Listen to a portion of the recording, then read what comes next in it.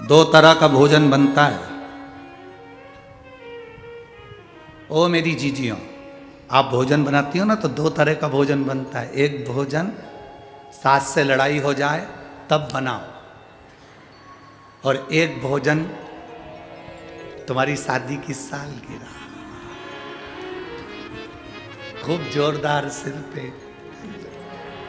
और यहां से गजरे लटक रहे।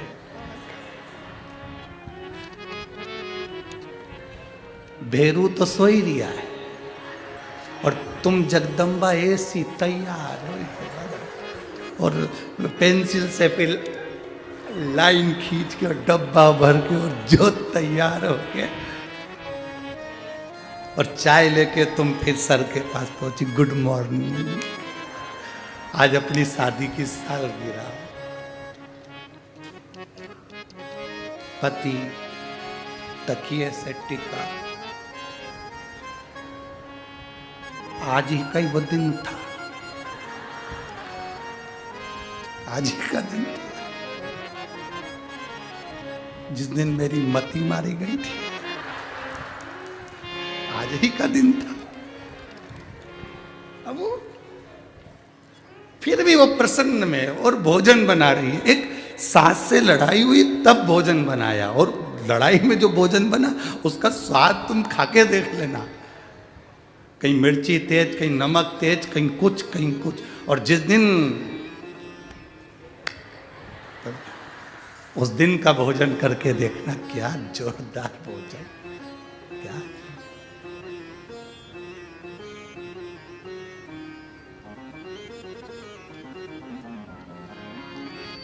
बहुत बहुत समझ वाली बात है। वो एक पति की पत्नी मर गई, आरती सज गई, ले जाने लगे। राम नाम सत्य है। जाते जाते आम के पेड़ के नीचे से अर्थी निकल रही थी, उस पे बंदर कूद गया। जो डाली पे बंदर कूदा वो डाली उसकी पत्नी को लगी। लगते से ही पत्नी उठ के, लगते से पत्नी उठ के बैठी, जिंदा हो गई। सब तो भग गए, ये समझा कि जिंदा हो गई, चले गए। 6 महीने बाद फिर मर गई। सब रो रहे थे, ये कुल्हाड़ी ढूंढ रहा था। सबने पूछा क्या हो गया? कुल्हाड़ी ढूंढ रहा हूं। क्यों? पत्नी मर चुकी है, रो और उनको लेके चलो। नहीं, पहले आम का पेड़ कटवाओ, फिर लेके जाऊंगा, ऐसे जाऊंगा ही नहीं।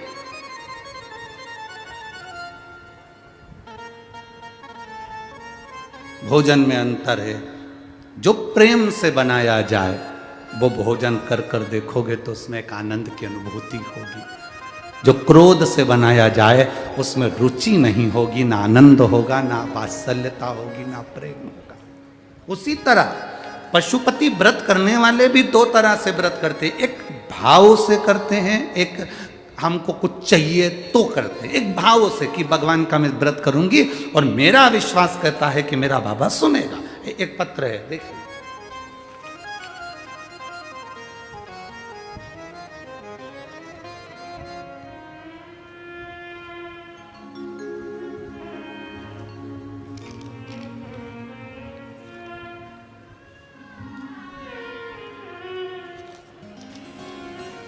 रूपाली नितिन परदेसी, तैली, मुकाम पोस्ट फलटन, जिला सतारा। मोबाइल नंबर ये है। कहीं बैठी हैं? आप ही हैं? दोनों हाथ हिला दो एक बार। श्री शिवाय नमस्तुभ्यम, प्रणाम।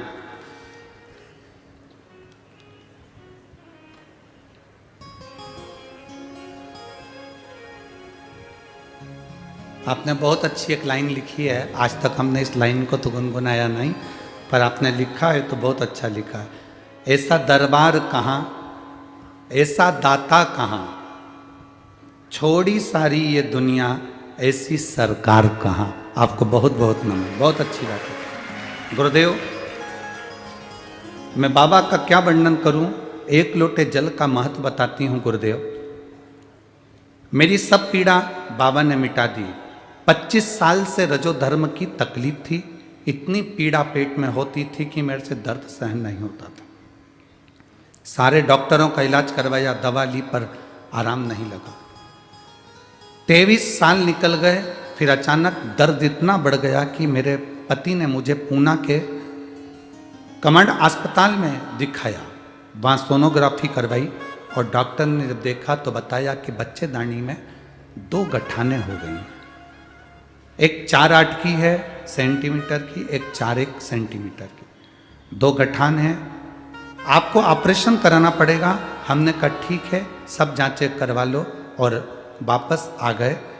मुझे मेरी ननंद ने कहा कि टीवी पर कथा आती है, आस्था चैनल पर सियोर वाला महाराज कथा करता है शिव पुराण की, वो आप सुनो। हमने कथा सुनना प्रारंभ करा। पहले हम शिव मंदिर नहीं जाते थे, तब हमने 1 लोटा जल चढ़ाना प्रारंभ करा। मेरी ननंद ने बोला कि तू कर, वो सियोर वाला महाराज बताता वैसा कर, मेरा विश्वास कहता है कि तेरे पेट में आराम लगेगा और गांठ में भी आराम हो जाएगा। हमने वैसा करना, जल चढ़ाना प्रारंभ करा। ऑपरेशन की तारीख आ गई। 15 जून को ऑपरेशन था और 12 जून को हमें एडमिट होना था। छत्रपति संभाजी नगर में आपकी कथा होने वाली थी। मेरी ननंद ने मुझे वहाँ पे कथा के पंडाल में आने के लिए कहा। मैंने 7 जून की कथा सुनी और बाबा से पंडाल में बैठ के प्रार्थना करी कि मेरा ऑपरेशन नहीं हो बाबा, मेरी पेट में जो गांठें हैं वो गल जाए, ऐसी कृपा करना। 15 जून को हमको ऑपरेशन के लिए जाना है और 12 जून को एडमिट होना है। 7 जून को हम संभाजी नगर की कथा सुनने के लिए गए। 8 जून को हम वहीं से संभाजी नगर से निकलकर सीधे सीहोर पहुंच गए और वहाँ से रुद्राक्ष लेकर बाबा का दर्शन कर कर हम 10 जून को आ गए। 11 जून को घर पहुँचे। 12 जून को हम फिर रुद्राक्ष का जल चढ़ाकर उसको पीकर हॉस्पिटल के लिए निकल गए। जैसे ही हम हॉस्पिटल में गए, 13 जून के दिन हॉस्पिटल में जब पहुँचे तो हमारी जांचें प्रारंभ हो गई और डॉक्टर ने कहा तुम्हारे पेट में इन्फेक्शन ज़्यादा है, इतना ज़्यादा इन्फेक्शन है इसलिए तुम्हारा ऑपरेशन नहीं होगा। ऑपरेशन टल गया, ऑपरेशन नहीं होगा। हमने डॉक्टर से कहा पेट में दर्द ज़्यादा है, तकलीफ ज़्यादा है, गठाने हो सकता है बढ़ जाए, आप ऑपरेशन कर दीजिए। डॉक्टर ने कहा इतने इन्फेक्शन में हम ऑपरेशन नहीं कर सकते। हम बाबा को नमन कर कर वहाँ से वापस आ गए। शिवजी पे चढ़ा हुआ जल पीना प्रारंभ करा। गुरुदेव आप कहते हो पंडाल में बैठकर कथा सुनने का क्या लाभ होता है। 7 जून की कथा सुनी और आज बाबा के दरबार में बैठकर मैं नमन कर कर कहती हूँ, जैसे ही जांच कराई तो मेरी सारी रिपोर्ट नॉर्मल आई और अब मेरा शरीर ठीक है। मैं बाबा को नमन करती हूँ। बैठिए बहन, श्री शिवाय नमस्तुभ्यम। बैठिए। शिव तत्व की प्राप्ति है। क्या देगा शंभु, क्या प्रदान करेगा शिव, ये उसके ऊपर निर्भर करता। तेरी कृपा बिना ना हिले एक भी अणु, लेते हैं श्वास तेरी कृपा से तनु तनु। हे गंगाधार मुक्ति द्वार ओंकार तू, भोले ओंकार तू। आयो शरण तिहार शंभु तार तार तू। बखान क्या करूं मैं राखों के ढेर का, चपटी भभूत में खजाना कुबेर का। हे गंगाधार मुक्ति द्वार ओंकार तू, भोले ओंकार तू। आयो शरण तिहारी शंभु तार तार तू। शिव क्या देता है, शंकर क्या कृपा करता है। जहाँ जहाँ शिव महापुराण की कथा होती है हम वहाँ लोगों से कहते हैं ये शिव महापुराण की कथा नहीं है, ये शंकर भगवान अपनी झोली का पूरा खजाना लेकर आते हैं और आपके नगर में लुटा कर जाते हैं। जो बटोरने वाला होता है वो बटोर लेता है। जो बटोरने वाला होगा वो बटोर लेगा, जो रखने वाला होगा वो रख लेगा, जो लेने वाला होगा ले लेगा। वो जैसे माताएं भजन गाती ना, राम नाम के हीरा मोती में बिखराऊं, गली गली ले लो रे कोई राम का प्यारा शोर मचाओ।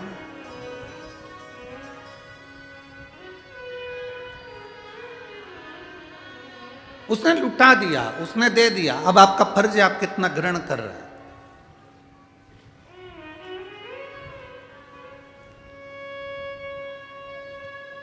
शिव महापुराण में संवाद आता है विद्येश्वर संहिता में,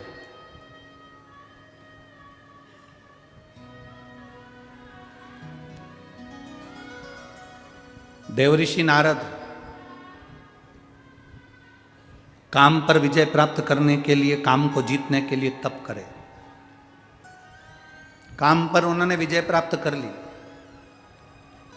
सबसे पहले विजय प्राप्त कर कर वो कामदेव पर विजय प्राप्त कर कर शिव जी के पास गए, क्योंकि शंकर भगवान की समाधि कामदेव ने तोड़ दी थी।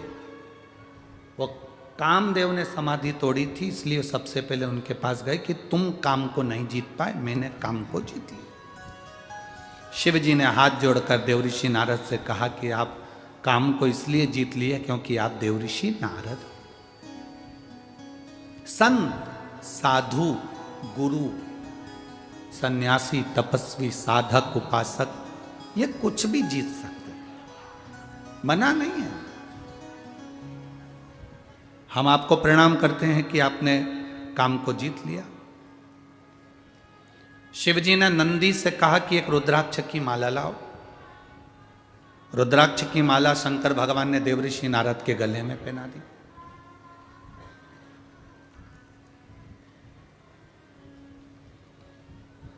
नारद जी बाहर निकले तो शंकर भगवान ने कहा, सुनो, जो तुमने मुझसे कहा ये भगवान विष्णु से मत कहना कि शंकर जी काम को नहीं जीत पा और मैं जीत गया। ये आप ना कहिएगा, ये आपको बोलना नहीं है, भगवान विष्णु से हो। देवऋषि नारद जाने लगे। शंकर जी ने बैठने का स्थान दिया था तो देवऋषि नारद नहीं बैठे थे। बाहर निकलते से रुद्राक्ष की माला को निकालकर जमीन पर फेंक दिया देवऋषि नारद।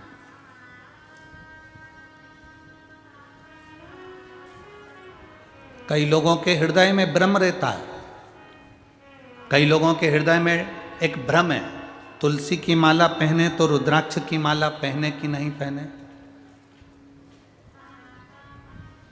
रुद्राक्ष की माला पहनते हैं तो तुलसी की माला पहने कि नहीं पहने।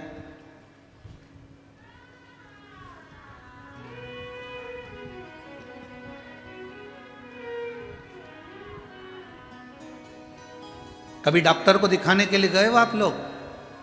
बोलो तो जम के। तुम्हारे पेट में दर्द हुआ, किसी डॉक्टर ने आज तक एक गोली दी? अरे जम के तो बोलो। नहीं। कितनी गोली देता है? एक गोली के साथ दूसरी गोली जरूर देगा। इसका साइड इफेक्ट नहीं हो तो ये वाली गोली साथ में रखो, ये सुबह ले लो, ये दोपहर में ले लो। उसी तरह रुद्राक्ष की माला और तुलसी की माला हमारे गले में है तो दुनिया के साइड इफेक्ट हो ही नहीं सकते, ये निश्चित है। कौन कहता है कि रुद्राक्ष के साथ तुलसी मत पहनो, तुलसी के साथ रुद्राक्ष मत पहनो? कौन सी पुराण में लिखा, कौन से शास्त्र में लिखा, कौन से वेद में लिखा, किस जगह पर लिखा? शिव महापुराण के कौन से अध्याय में लिखा? कौन से स्कंद पुराण में, लिंग पुराण में, नर्मदा पुराण में, कुर्म पुराण में, ब्रह्म वैवर्त पुराण में, नरसिंह पुराण में, नारद पुराण में, कौन से पुराण में लिखा कि तुलसी की माला के साथ रुद्राक्ष नहीं होना चाहिए, रुद्राक्ष के साथ तुलसी नहीं होना चाहिए? कहां लिखा है?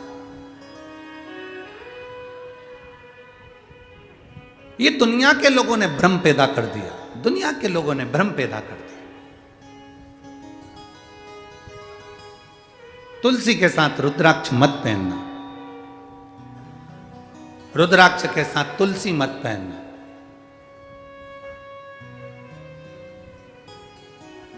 हम तो अंदर से लेकर बाहर तक रुद्राक्ष और तुलसी धारण करते हैं, चाहे जो उस रुद्राक्ष और तुलसी एक, वो कहते हैं ना कि भगवान को भोग लगाओ ना तो उसमें तुलसी का दल डालना जरूरी है। बिना तुलसी के भगवान भोग स्वीकार करते हैं क्या? जम के बोलो जरा।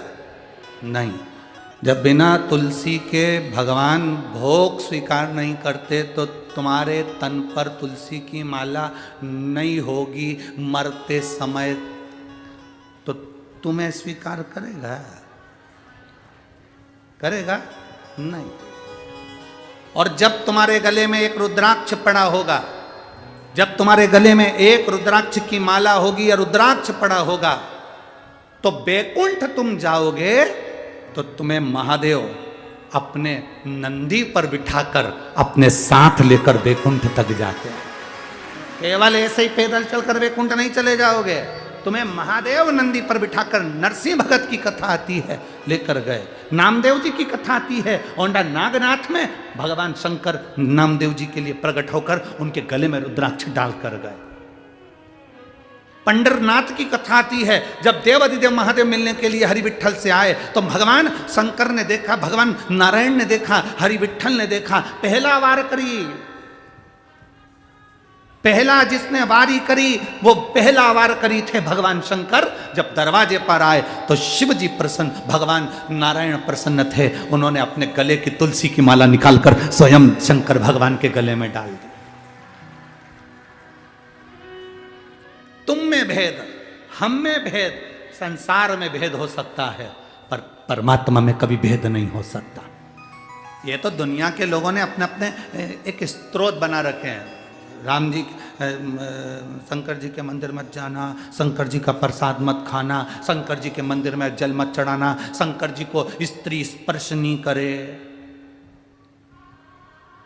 अगर शंकर जी को स्त्री स्पर्श नहीं करे तो पार्वती क्यों शिव जी की पूजन करे?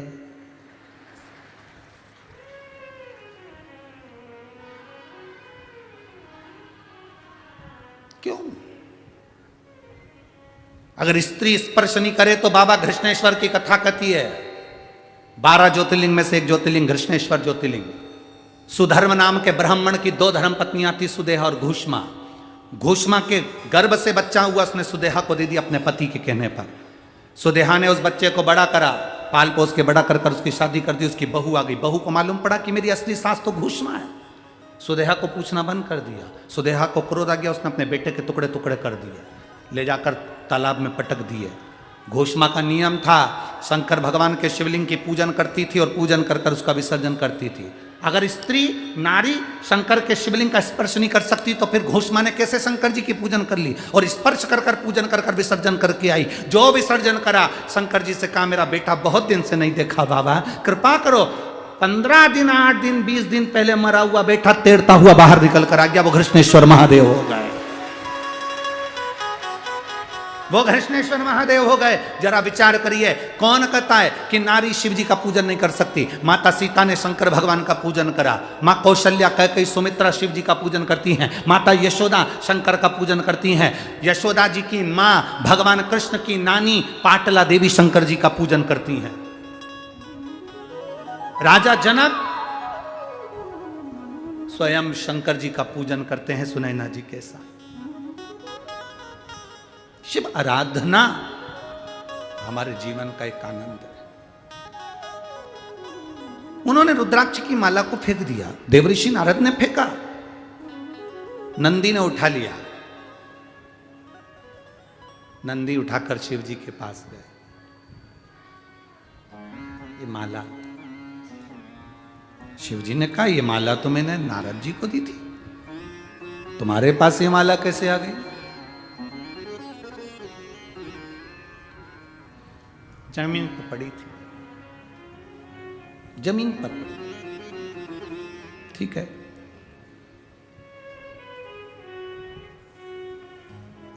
जब जिंदगी में तकलीफ आना होती है तब व्यक्ति शंकर भगवान की निंदा करना चालू कर देता है, या शिव पुराण की निंदा करना चालू कर देता है या शंकर के भक्त की निंदा करना चालू कर देता है।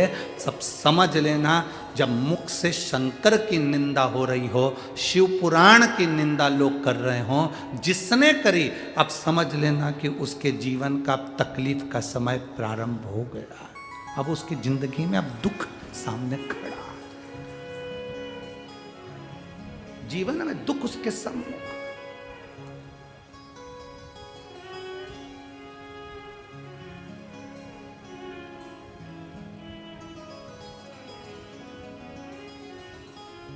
जैसे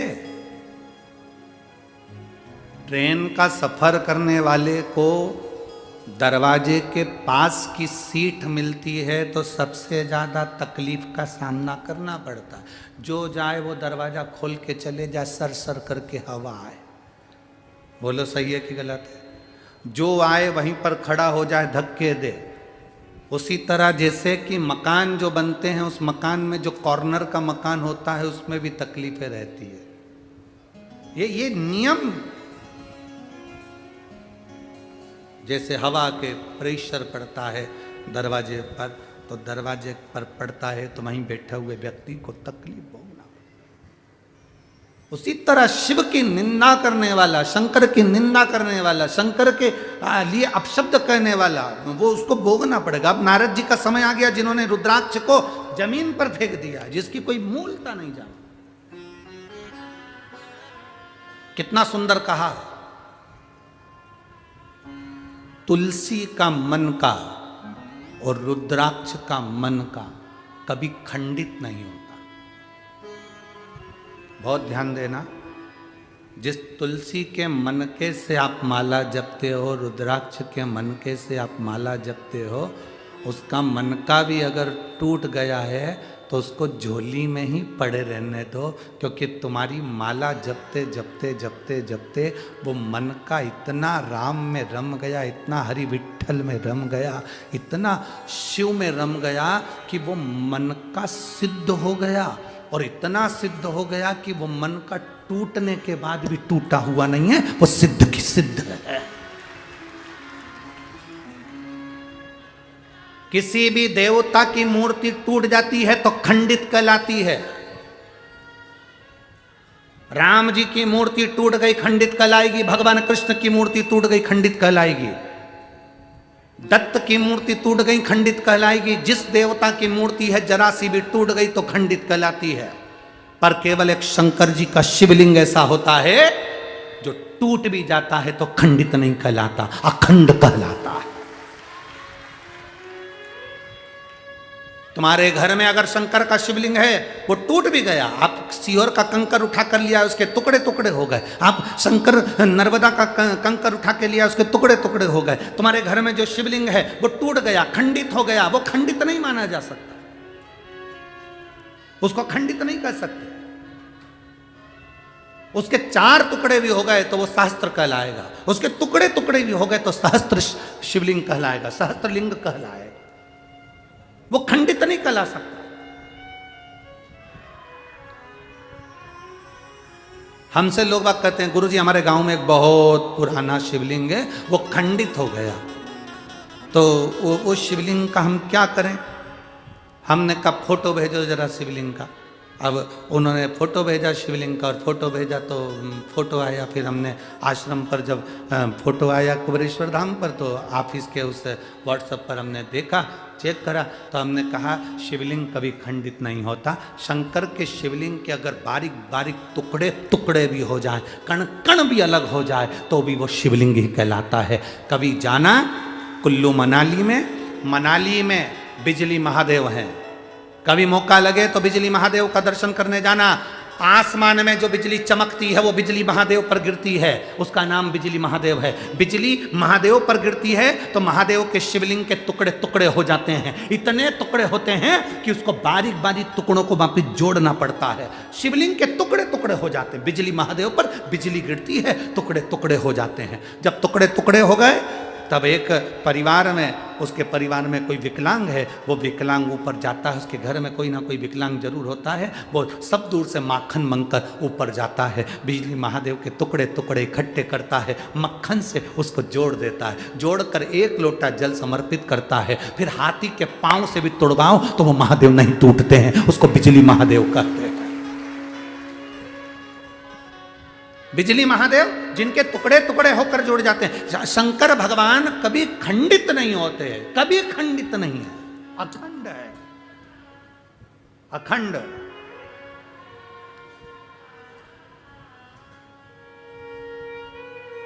आपके घर में कोई शिवलिंग है, वो खंडित हो गया, आप उसे खंडित मत मानना, उसकी सेवा करो, पूजन करो, आराधना करो, फल देगा।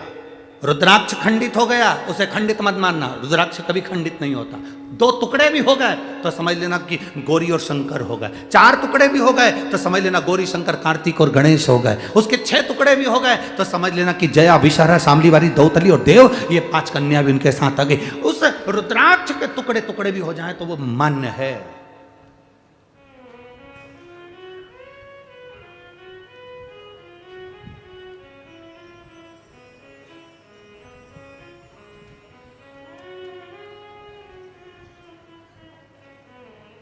सीहोर में कुबेरेश्वर धाम पर जो रुद्राक्ष मिलता है, उसमें अगर थोड़ा सा भी रुद्राक्ष, कई माताएं कहती है ये खंडित है, अब उनको समझाने वाला कौन समझाए, ये तो खंडित है, भैया हमको दूसरा दे दो। उनको समझना चाहिए रुद्राक्ष शिवलिंग कभी खंडित नहीं होता, वो अखंड है, सबके जाने की कथा है। राम जी के बैकुंठ जाने की कथा है, कृष्ण भगवान के जाने की कथा है, सारे देवताओं के जाने की कथा है। आपने कभी शंकर जी के जाने की कथा सुनी क्या, कि शिव जी इस पृथ्वी को छोड़ के चले गए? नहीं, अखंड।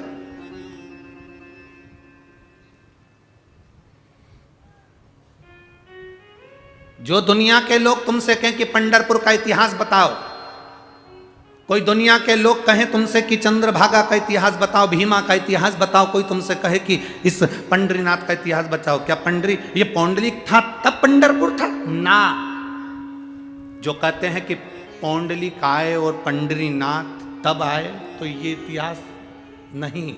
पंढरपुर का इतिहास देखना है तो स्कंद पुराण में देखो, उसमें लिखा है सतयुग था तब भी पंढरपुर था, त्रेता था तब भी पंढरपुर था, द्वापर था तो भी पंढरपुर था, और कलयुग है तो भी पंढरपुर है, और फिर युग निकलेंगे फिर पंढरपुर रहेगा। क्यों? उसका कारण क्या है? क्योंकि जिस स्थान पर देव अधिदेव महादेव रहते हैं, जिस स्थान पर शंकर रहते हैं, वो स्थान कभी समाप्त नहीं होता। उज्जैनी कभी समाप्त नहीं होती, काशी कभी समाप्त नहीं होती, कृष्णेश्वर कभी समाप्त नहीं होता, भीमाशंकर कभी समाप्त नहीं होता, केदारेश्वर, पूरे केदारेश्वर में त्राही त्राही मच जाए, चाहे बिल्डिंगें गिर जाए, चाहे दुनिया तहस नहस हो जाए, तो भी केदारेश्वर अटल की अटल रहता है, वो टूटता ही नहीं, वो टूटता नहीं, वो बिखरता नहीं, वो अखंड है। सोमनाथ जिस पर लोगों ने आक्रमण करा, सारा तोड़ दिया, फिर अखंड हो गया, फिर अखंड। शिव कभी समाप्त नहीं हुआ।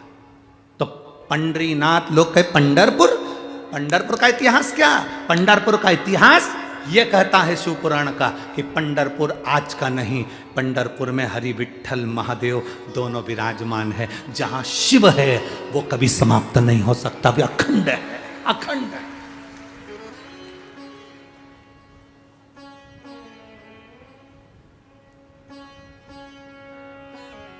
पांच बार काशी काशी कह देने से व्यक्ति को मोक्ष मिलता। कितनी बार? जम के बोलो जरा। 5 बार काशी काशी कह देने से व्यक्ति को मोक्ष मिलता है। शिव महापुराण कथा कहती है 1 बार मुख से हरिहर विठ्ठल कह देने से दुनिया को तृप्ति प्राप्त होकर परम धाम मिलता है। केवल एक बार मुख से विट्ठल नाम का, क्योंकि शिव विट्ठल में समाहित और विट्ठल शिव में समाहित।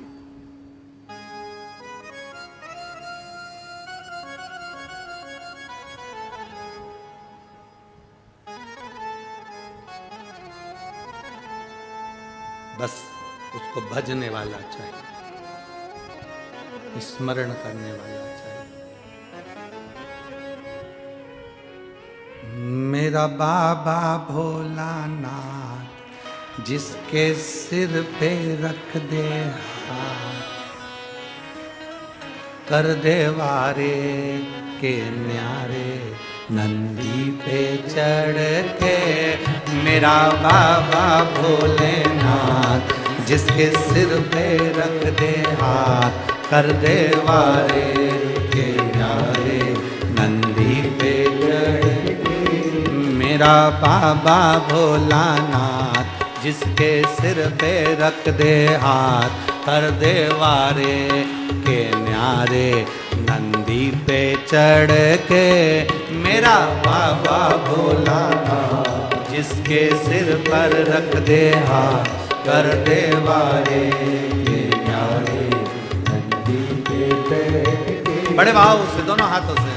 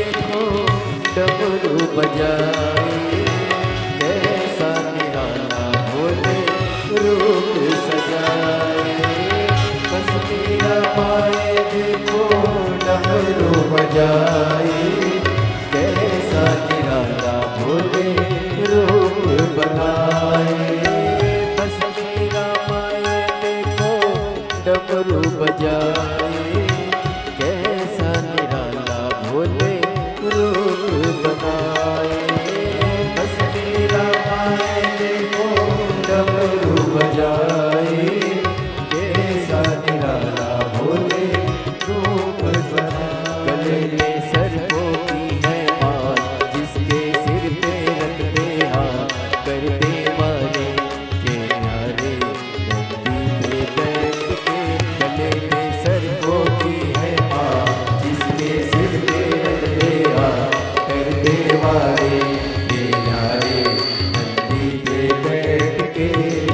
मेरा बाबा भोलानाथ जिसके सर पे रख दे हाथ, कर दे वारे के न्यारे नंदी पे चढ़ के। मेरा बाबा भोलानाथ जिसके सिर पे रख दे हाथ, कर दे वारे के न्यारे नंदी पे बैठ के।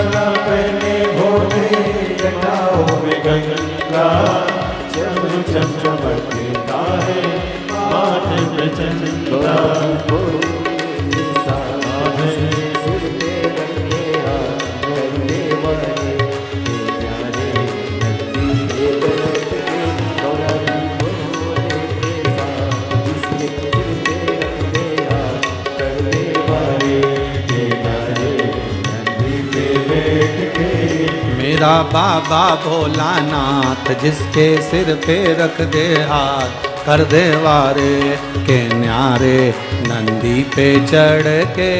मेरा बाबा भोलानाथ जिसके सिर पे रख दे हाथ, कर दे वारे के न्यारे नंदी पे बैठ के।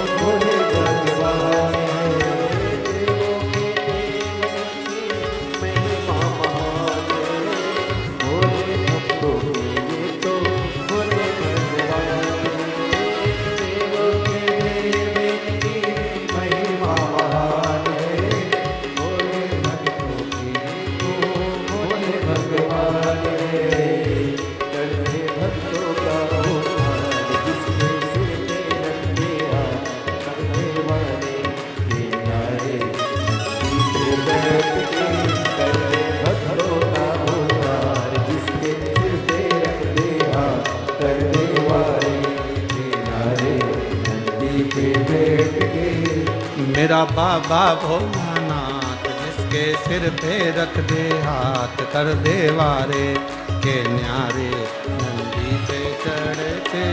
मेरा बाबा भोलानाथ जिसके सिर पे रख दे हाथ कर दे वारे के न्यारे नंदी पे बैठ के। मेरा बाबा भोलानाथ जिसके सिर पे रख दे हाथ कर दे वारे के न्यारे नंदी पे चढ़ के। मेरा बाबा भोलानाथ जिसके सिर पे रख दे हाथ कर दे वारे के न्यारे नंदी पे बैठ के।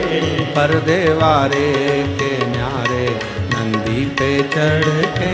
कर दे वारे के न्यारे नंदी पे बैठ के। कर दे वारे के न्यारे नंदी पे चढ़ के। कर दे वारे के न्यारे नंदी पे बैठ के। आर महादेव है। अपने स्थान पर बैठकर भगवान शिव से अपने मन की बात बड़े भाव के साथ दिल से प्रार्थना करें। जहाँ जगह मिल जाए वहाँ बैठकर भगवान शिव से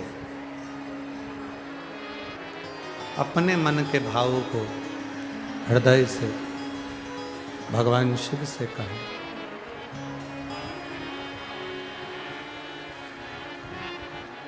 कार्यकर्ता भी जहाँ जगह मिल जाए वहाँ बैठकर भगवान शिव से प्रार्थना करिए।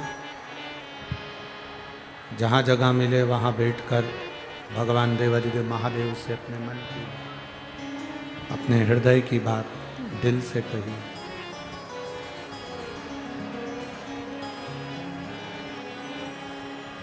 पंढरपुर की पवित्र भूमि है, चंद्रभागा नदी का तट है। भगवान देवाधिदेव महादेव से अपने मन की बात दिल से प्रार्थना करिए, भाव से कहिए।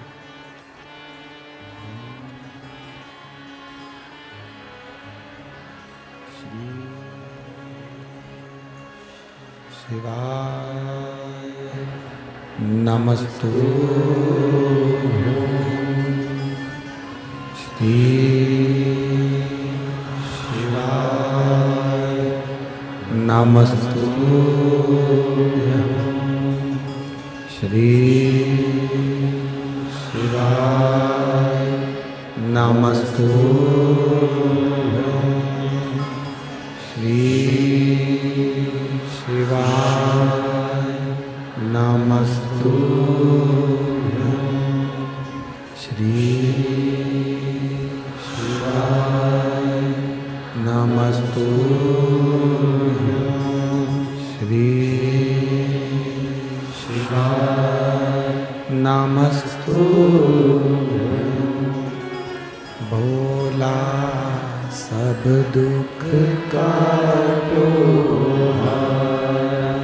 ओ भोला सब दुख काटो। शिव शंकर जपो तेरी माला, भोले बाबा जपो तेरी माला। भोला दुख काटो हारा, ओ सब दुख काटो हारा। वेश है मंगल मंगलकारी, वेश है मंगल मंगलकारी। शमशान वासी हमारा, शमशान वासी हमारा, ओ भोला सब दुख काटो हारा, ओ भोला सब दुख काटो हारा। शिव कथा कह रही है, भगवान शंकर का संवाद कर रहा है। देवऋषि नारद ने रुद्राक्ष की माला को भूमि पर फेंक दिया, नंदी ने उस माला को उठा लिया। नंदी उस रुद्राक्ष की माला को लेकर भगवान शिव के पास गए। बाबा ये माला, शिव जी ने कहा ये माला तो मैंने देवऋषि नारद को पहनाई थी।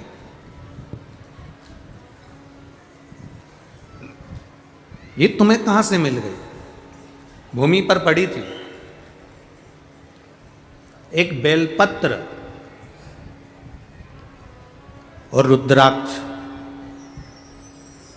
टूटा हुआ भी जमीन पर पड़ा हुआ मिल जाए तो पहले उसको उठाकर विसर्जन में रखो। आपको रखना हो अपने पास तो रखो, नहीं तो उसको उठाकर विसर्जन।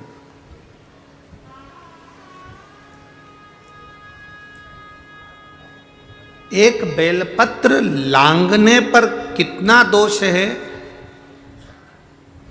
ये शिव महापुराण में हम पहले वर्णन कर चुके। एक गंधर्व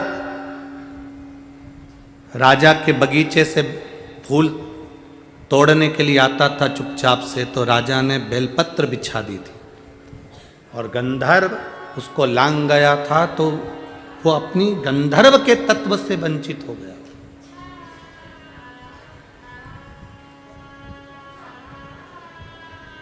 अगर जमीन पर कहीं रुद्राक्ष पड़ा हुआ है या बेलपत्र पड़ी है तो सबसे पहला काम तुम्हारा है उसको उठा लो।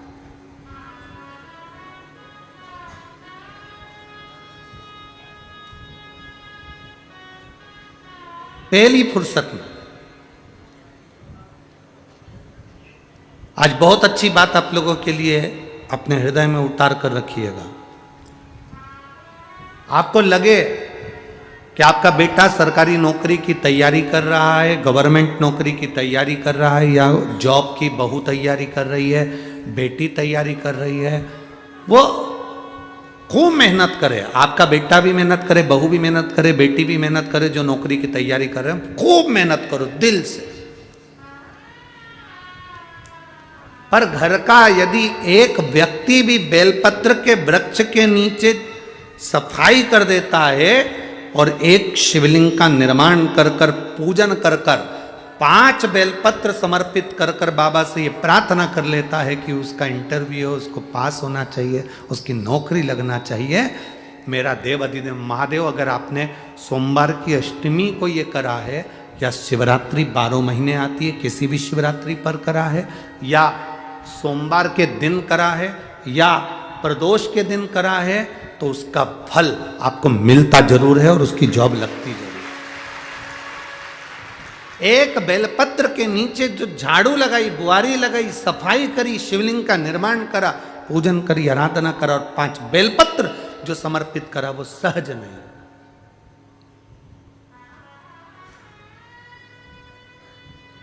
एक पत्र है,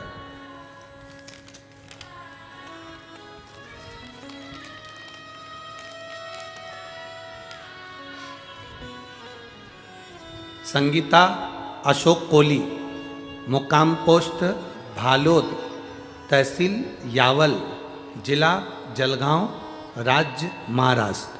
कहीं बैठे हो तो हाथ हिला सकते हैं। अगर कहीं बैठी हो तो अपना हाथ हिला सकती हैं। संगीता अशोक कोली, मुकाम पोस्ट भालोद, तहसील यावल, जिला जलगांव, महाराष्ट्र। कहीं बैठे हो तो अपना हाथ हिला सकते हैं। बैठे हैं कहीं? कहीं बैठे हो तो हाथ हिला सकते हैं। दिख गए? अच्छा, एलईडी से छुप रहे हैं, ठीक है।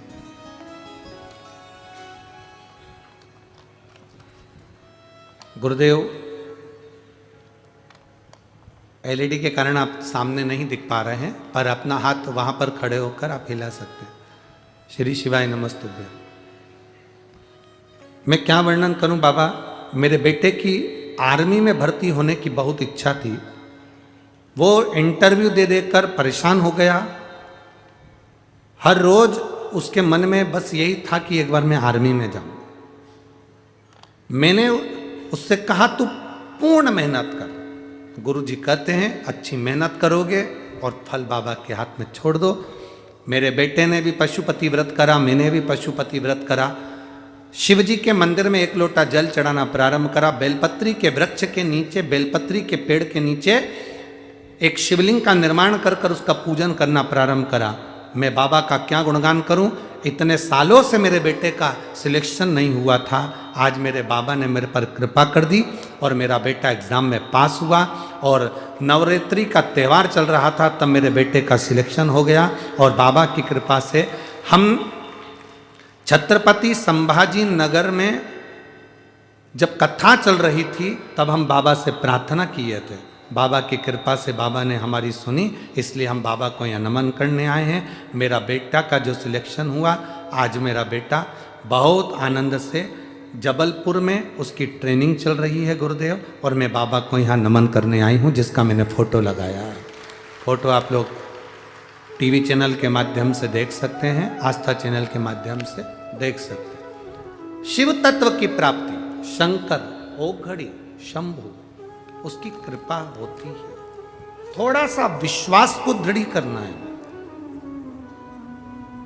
देवऋषि नारद ने शंकर के रुद्राक्ष को फेंक दिया।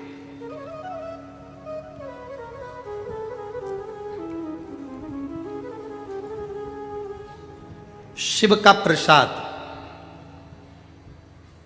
चाहे बेलपत्र हो, चाहे रुद्राक्ष हो, चाहे उसका चढ़ा हुआ जो भी है, उसको फेंका ना जाए। हम तो यहाँ तक कहते हैं कि भोजन भंडारा चलता है कथा के मध्य में, आप लोग भोजन भंडारा ग्रहण करते हो, भोजन करते हो, तो हमारा तो आपसे यही निवेदन भी रहता है कि शंकर का प्रसाद अगर भोजन भंडारे में भी जाकर कर रहे हो तो थाली में उतना ही लो जितना खा सकते हो, झूठा एक अंश ना छूटे, इसका स्मरण। दूसरा, भोजन करने का जो समय भले संजय भाऊ जी ने जो रखा है 6 बजे से और रात्रि का, ये मत सोचो कि भोजन बंद हो जाएगा और जल्दी जल्दी चले जाऊं और धक्का मुक्की हो। आराम आराम से जाओ।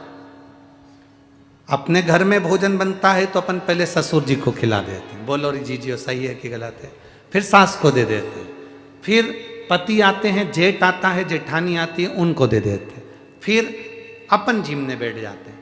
तो निवेदन है, जब इतना बड़ा लाखों की संख्या में भगत आते हैं और भोजन भंडारा चलता है, तो ये हमारा फर्ज बनता है कि हम धीरे धीरे कम कम मात्रा में जाएं।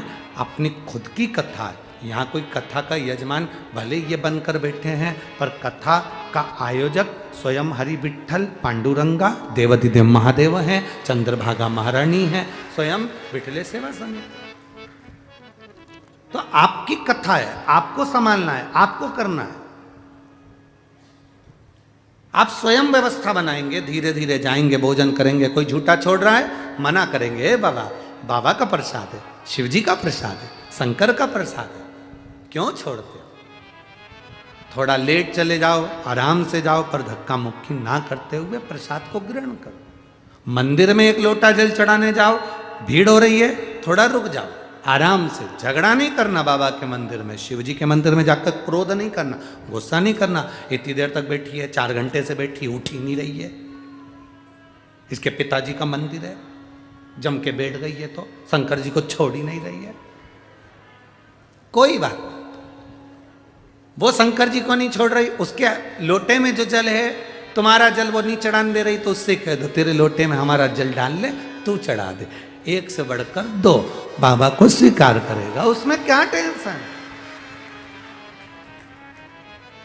कई पुरुष लोग पत्र लिखकर भेजते हैं, हमारे मोहल्ले में शंकर जी का मंदिर है, माताएं एक बार अंदर चली जाती हैं, निकलती बाहर नहीं है।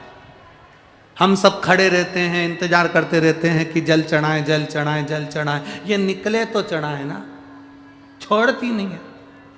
और हम कहते हैं थोड़ा बाजू खसक जाओ, तो कहती है नहीं खसकूंगी जा। ऐसा रुआब दिखाती है। अब तुम बताओ कि हम शंकर जी को जल कैसे चढ़ाएं, इस समस्या को हल करो। हमने कहा एक लोटा जल, सारी समस्या का हल। अब तुम बोलो कि हम करें तो करें क्या। तो वो मेरी पंढरपुर की जीजियों और मेरे पूरे भारत की जीजियों और मेरे जीजाओं, मंदिर तुम्हारा, शिव तुम्हारा, तुम शंकर के, शंकर तुम्हारा। दिल से, भाव से शिव को पूछो, दिल से।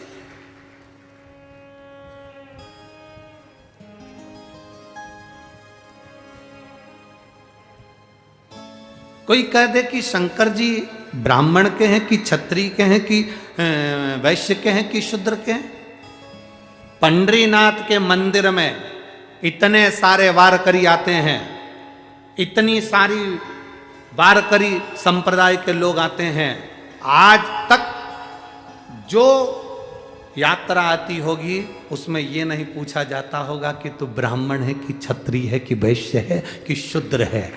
जितने वारकरी आते हैं, भगवान हरि विठ्ठल के चरणों में, शंकर जी के चरणों में जो पूजन करने वाला होता है, वहां ब्राह्मण, क्षत्रिय, वैश्य और शूद्र नहीं देखा जाता। वहां तो केवल भगवान का भक्त देखा जाता है, शिव का भक्त, नारायण का भक्त, हरि विठ्ठल का भक्त देखा जाता। भगवान की दृष्टि में सब बराबर है, सब बराबर, कोई छोटा नहीं, कोई बड़ा नहीं।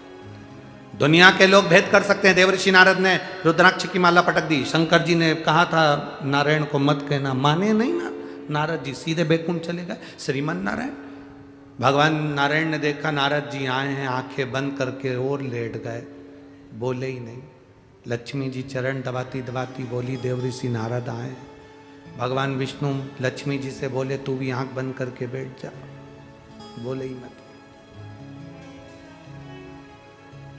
क्या सीखने को मिल रहा है? नारायण के दरवाजे पर देवर्षि नारद और भगवान करे नेत्र बंद करके बैठ जा, लक्ष्मी बोलना नहीं। लक्ष्मी जी बोल रही हो, चिल्ला रहे हैं नारायण नारायण नारायण, आप कह रहे हो बोलना नहीं। हाँ सुनो लक्ष्मी, जब कोई किसी की प्रशंसा करने आए ना, उठकर बैठकर खूब सुनना, पर जब कोई किसी की निंदा करने आए ना, बिल्कुल मत सुनना, वहां से उठकर चले जाए, उठकर चले जाओ।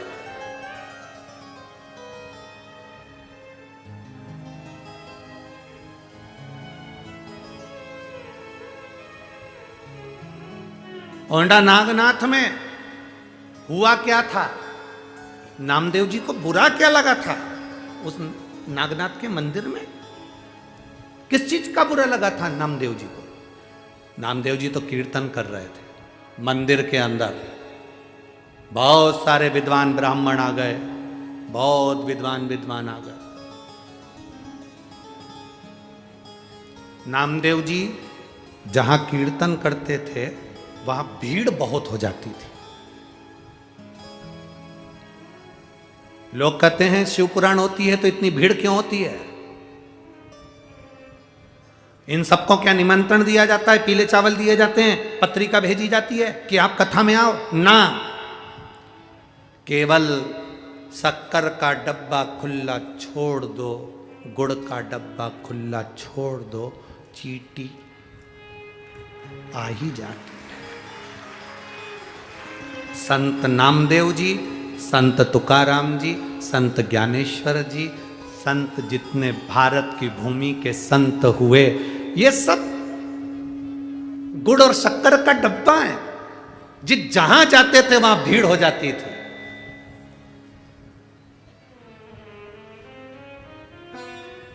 जहां जाते थे वहां भीड़, अपार भीड़। अपार जन समुदाय। अब ओंडा नागनाथ में, वो नागनाथ जी के मंदिर में भीड़ अपार, और गुस्सा आ गया ब्राह्मणों को, क्रोध। अरे ओ नामदेव जी, इतना ऊंचा को चक्कर नाच रहे हो, कीर्तन कर रहे हो, ये कीर्तन मीर्तन शंकर जी को पसंद नहीं है। अगर तुम्हें कीर्तन करना है तो पंढरपुर जाओ, चलो उठो यहां से। नामदेव जी, विठ्ठल विठ्ठल विठ्ठला, माझा विठ्ठल पांडुरंगा।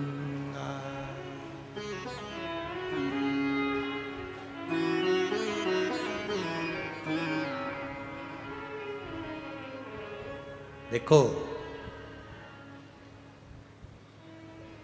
तुमच्या नामदेवची माहिती जास्ती, तुम लोगों को नामदेव जी की जो माहिती है वो ज्यादा है, हमको तो कम है, ज्यादा है। हम प्रयास करें विश्व, तो मराठी के 2-4 शब्द अगर गड़बड़ निकल जाएंगे ना तो तुम सब हमारे माथे आ जाओगे।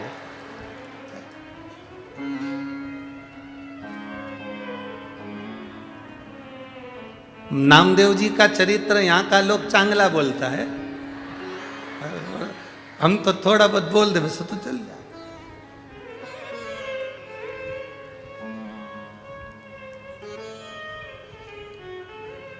अब नामदेव जी को चलो तुम तो बाहर जाओ, यहाँ इतनी भीड़ करके रखे हो, इतनी भीड़, चलो निकलो बाहर।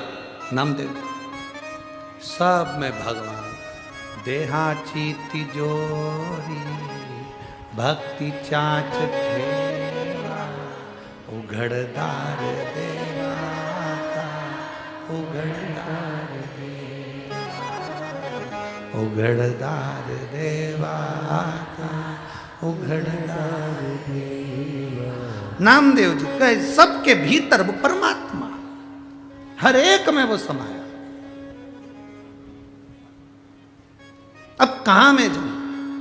नामदेव जी तो भजन में लीन थे, गुस्सा आया, 4 लोगों ने उठाया, मंदिर के पीछे ले जाके छोड़ दिया। अब कर यहां कीर्तन, कौन सुने तेरे को? यहां कीर्तन कर, कौन सुनेगा? हम भी देखें। अब नामदेव जी वो शक्कर का डब्बा, गुड़ का डब्बा चाहे पीछे रख दो चाहे आगे रख दो, शक्कर के डब्बे पे चीटी तो इनने पीछे रख दिया, सारा कीर्तन करने वाला पीछे पहुंच गया। विठ्ठल विठ्ठल विठ्ठला।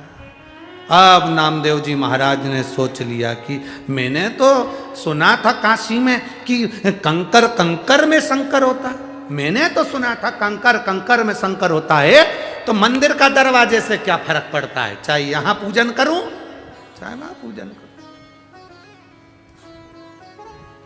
बैठ गए नामदेव जी, कम्बल बिछाया, और जो नामदेव जी ने कीर्तन करना प्रारंभ करा। कीर्तन करने के बाद नामदेव जी बोले, मेरी भक्ति और तुम्हारी शक्ति, महादेव मेरी भक्ति और तुम्हारी शक्ति का प्रमाण तुम्हें यहीं दिखाना पड़ेगा। इतनी देर में तो नामदेव जी कीर्तन में लीन थे और भगवान शंकर का मंदिर का दरवाजा पलट गया। वाह! और केवल दरवाजा नहीं पलटा, स्वयं शंकर भगवान निकलकर बाहर आ गए। ओंडा नागनाथ निकलकर बाहर, शिव बाहर आ गए, और शंकर भगवान बाहर आकर देव ऋषि नारद जी से, नामदेव जी से कहते हैं, नामदेव, ओ नामदेव, नामदेव, महादेव, आप? मैं तो मंदिर के पीछे था, आप मेरे सामने कैसे आ गए? शंकर भगवान बोले, जो पीछे था वो आगे हो गया, और जो आगे था वो पीछे हो गया। अहंकार व्यक्ति को पीछे कर देता है, समर्पण व्यक्ति को आगे कर देता है। अहंकार व्यक्ति को पीछे करता है, समर्पण व्यक्ति को आगे करता है। नामदेव जी का समर्पण पक्का था, वो शिव की भक्ति में, नारायण की भक्ति में इतने रमे हुए थे।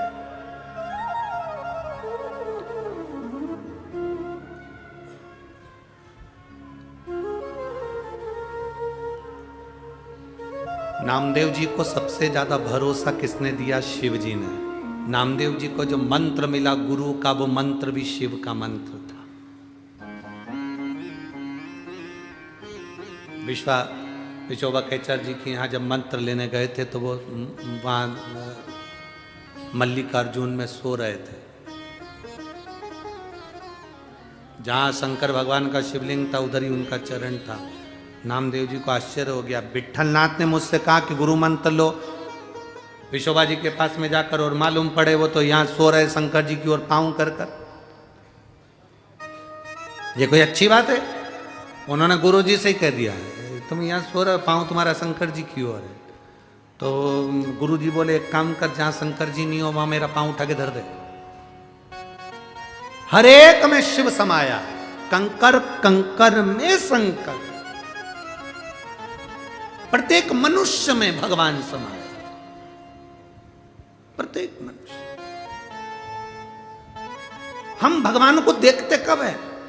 हमारे दादाजी की तिथि आई, दादाजी का श्राद्ध आया तो हमने किसी को बुलाकर, महाराज जी भिखारी को भी बुला लिया, किसी को भी बुलाकर, लो हमारे दादाजी का श्राद्ध है, लो 2 पूड़ी सब्जी खा लो, हमारे दादाजी का श्राद्ध है। दूसरे दिन बेचारे को मालूम पड़ा कि यहाँ पर मैं गया था और यहाँ से मुझे पूड़ी सब्जी मिली थी। दूसरे दिन फिर वो आ गया, भैया पूड़ी सब्जी दे दो। इतने में तो डंडा लेके दौड़ा, हट चल निकल यहाँ से बाहर।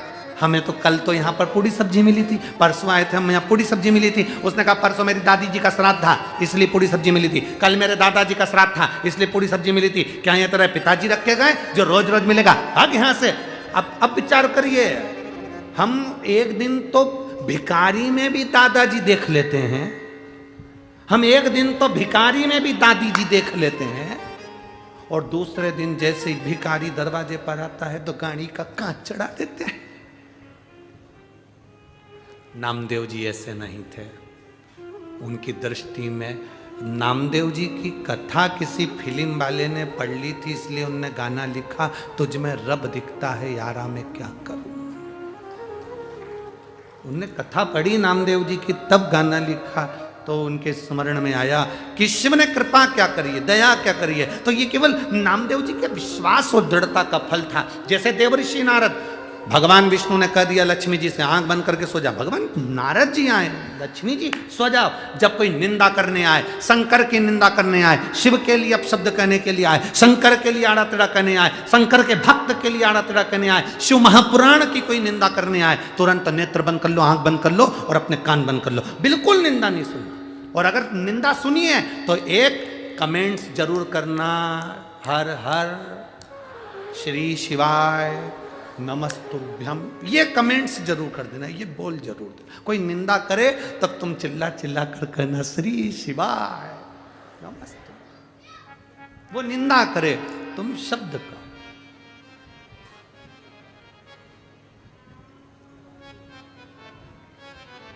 वो कितना भी बोले आप पीछे मत।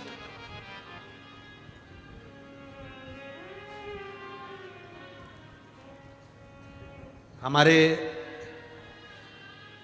जीवन में हमने बहुत कथाएं करी। कथाओं को करते करते 2023 की एक कथा सबसे भारी कथा थी।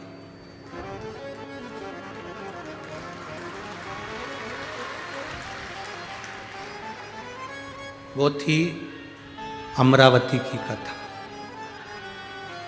उसका कारण, जब हम जलगांव में कथा कर रहे थे तब अमरावती से एक पत्र सीओर भेज दिया गया था आश्रम पर कि तुम जो अमरावती में कथा करने वाले हो उस कथा को कैंसिल कर दो, नहीं तो हम तुम्हें इतना बदनाम कर देंगे कि तुम दूसरी बार अमरावती नहीं आ पाओ। सबसे भारी कथा थी वो। हमने ये बात किसी को नहीं कही, हमने सीधे आश्रम पर कहा कि चिंता मत करो, कथा तो अमरावती में होगी और कराने वाली भी माँ अम्बा होगी और अम्बेश्वर महादेव ही होगी। वो पत्र आज भी हमने सीहोर में संभाल के रख रखा है, जिसमें उन्होंने कहा था कि आप अमरावती की कथा, जो कथा आमदार खासदार कराना, वो कैंसिल करो, कुछ भी कर वहां नहीं आओगे आप कथा। हमारी जिंदगी में पहली कथा थी जिसका पत्र सीहोर में आया और उन्होंने कहा कि इस कथा हमने तो इतना तुमको बदनाम करेंगे, इतना अपशब्द कहेंगे कि तुम सोच रहे। फिर भी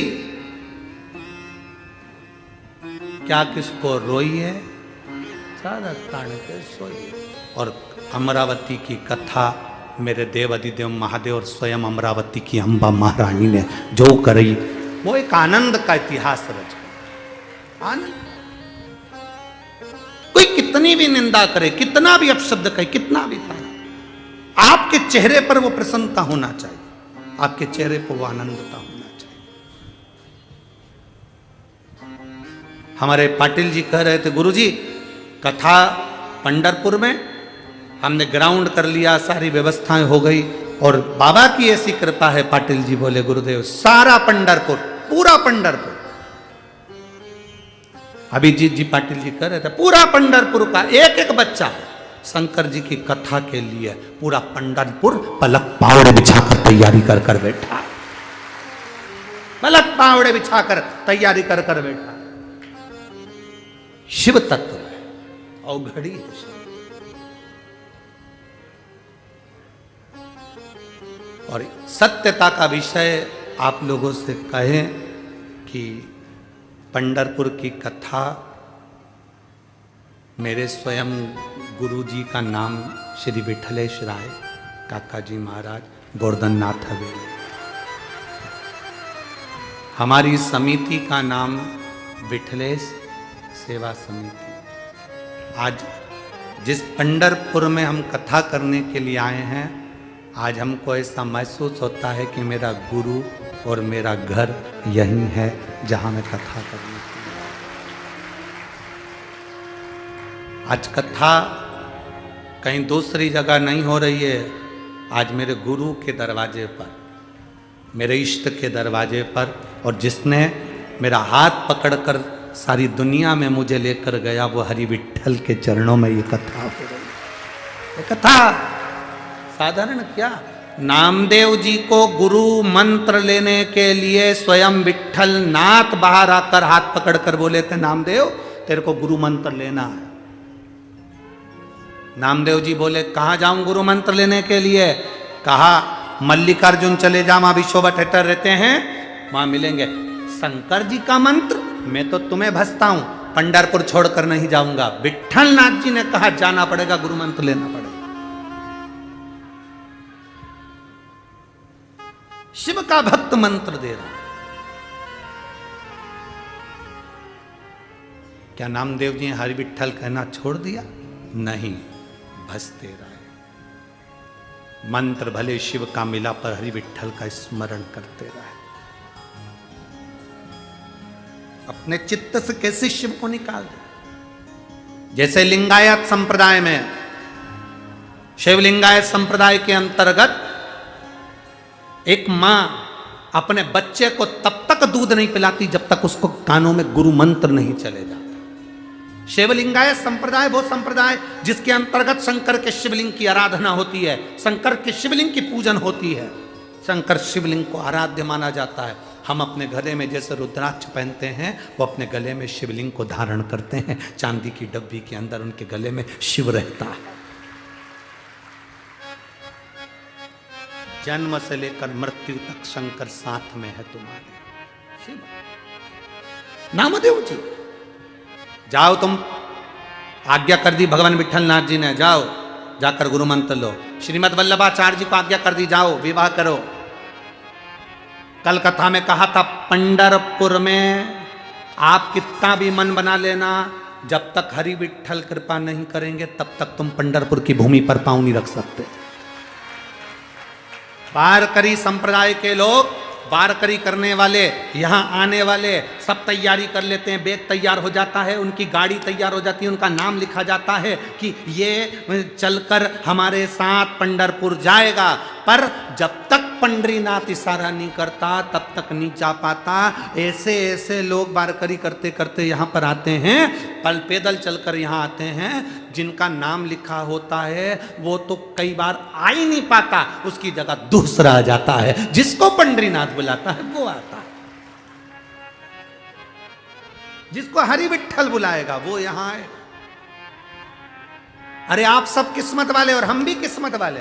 आज हमको लगा कि हम भी किस्मत वाले हैं जो हरि विठ्ठल ने इशारा कर कर अपने धाम में बुला लिया और ये कथा करवा ली। इससे बढ़कर किस्मत कहां से लाई, भाग्य कहां से लाई? खूब दिल से सुनो, झोली पसार पसार कर भगवान से प्रार्थना कर कर कर सुनो।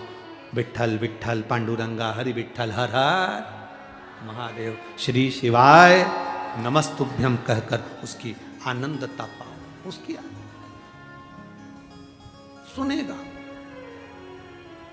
शिव कथा कहती है देवऋषि नारद जैसे ही आए, मना कर उठे ही नहीं भगवान नारायण, फिर भी चिल्लाने लगे नारायण नारायण नारायण नारायण नारायण।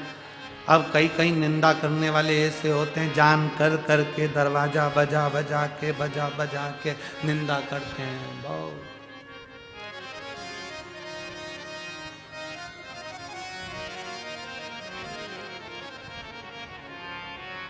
बहुत सुंदर बात शिव महापुराण में लिखी है, किसी में खोट देखो ना, किसी में बुराई देखो ना, तो उसके कानों में कहो। काय में कहो? कान में कहो। अगर किसी में बुराई देखी है तो उसके कान में कहो, गांव में मत कहो। गांव में कहने से उसकी इज्जत जा सकती है, कान में कहोगे तो वो सुधर सकता है और अपनी जिंदगी में आगे बढ़ सकता है। किसी में ऐब देखो, बुराई देखो तो उसके कानों में कह दो, तुम्हें ये बुराई इसको सुधारो, तुम्हें ये तकलीफ है इसको सुधारो। उसके गांव में वर्णन मत करो कि गांव में जाकर कहते फिर अरे वो तो ऐसा है, वो तो वैसा है, क्या कहना उसको? कानों में। और मेरे भोले तेरा सहारा है, मेरे भोले तेरा सहारा है, मेरी नैया का तू किनारा है, मेरी नैया का तू किनारा है।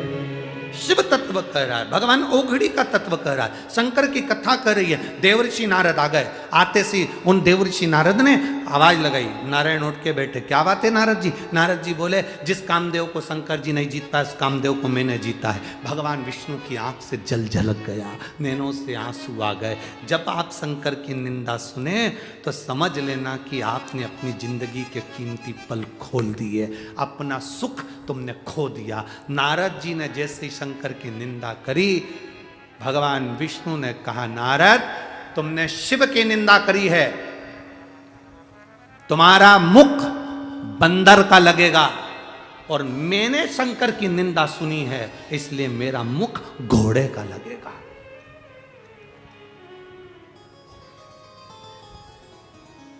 नारद जी को बंदर का मुंह लग गया था, कथा सुनिए ना राम कथा में। और भगवान विष्णु को हयग्रीव अवतार लेना पड़ा, भगवान विष्णु को हयग्रीव अवतार, उनको घोड़े का मुंह लगा, घोड़े का मुंह, उनको घोड़े का मुख लगा। केवल निंदा सुना और निंदा करा ना करिए, शिव की निंदा से दूर हो जाओ, बिल्कुल दूर, बहुत दूर। अरे मत बुरे कर्म कर बंदे वरना पछताएगा, भगवान की आंखों से तू बच नहीं पाएगा, तू बच नहीं पाएगा। अरे ओ अज्ञानी मत करना। अरे ओ अज्ञानी मत करना, तेरे कर्म का फल भी तू ही पाएगा, जैसा किया तूने तेरे आगे आएगा। मत बुरे कर्म कर बंदे वरना पछताएगा, भगवान की आंखों से तू बच नहीं पाएगा, तू बच नहीं पाएगा। अरे ओ अज्ञानी मत करना। समर्पण करिए शिव का, आप दूर रहो, भगवत भजन में तल्लीन रहो। एक पत्र आया देखिए,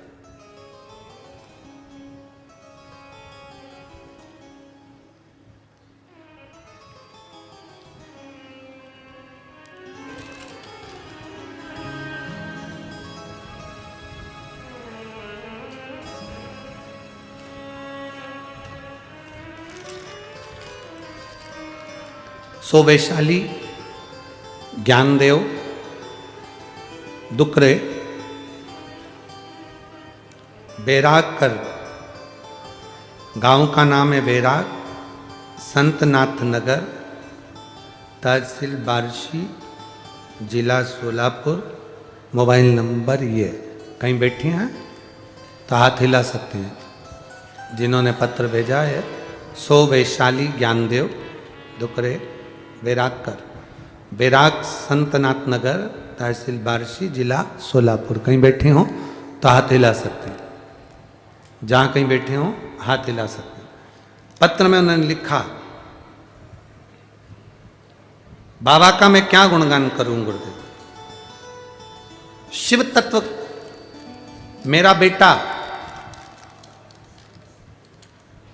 जो मेडिकल नीट की परीक्षा की तैयारी कर रहा था पर सफल नहीं हुआ, कई साल निकल गए। बेटे ने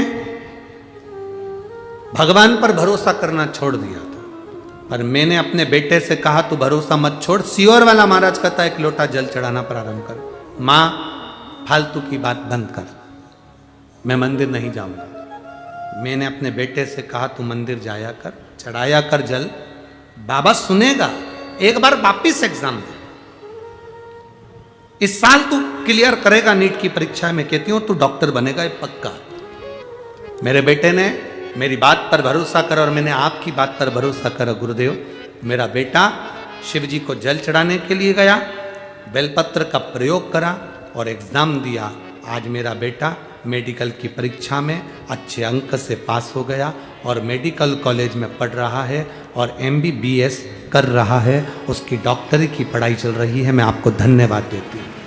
शिव तत्व है, ओघड़ी, शंभु, त्रिकालदर्शी, कैलाशी, उस पर किया गया भरोसा। अन्य जगह से अपने चित्त को हटाकर शिव की भक्ति में चित्त को जोड़िए। लोग आपको ताना देंगे, लोग आपको गाली देंगे, लोग आपको अपशब्द कहेंगे, हमें नहीं सोचना कौन क्या कर रहा है, क्या किसको रोइए, चादर तान के सोइए। भगवान की भक्ति में मन को लगाने का प्रयास। भगवान राधा रानी गंगा जी के पास पहुंची और गंगा जी से जाकर उन्होंने निवेदन किया कि आपके पास में पापियों के पाप धुल जाते हैं और आप चंद्रभागा के तट पर बुआरी लगा रही हो। गंगा मैया जरा बताएंगी कि ऐसा क्या है पंढरपुर की पवित्र भूमि में, ऐसा क्या है चंद्रभागा के तट पर, ऐसा क्या है जो आप अपना धाम छोड़कर गंगा जी चंद्रभागा के तट पर बुआरी लगा रही है? क्या है ऐसा, क्या है?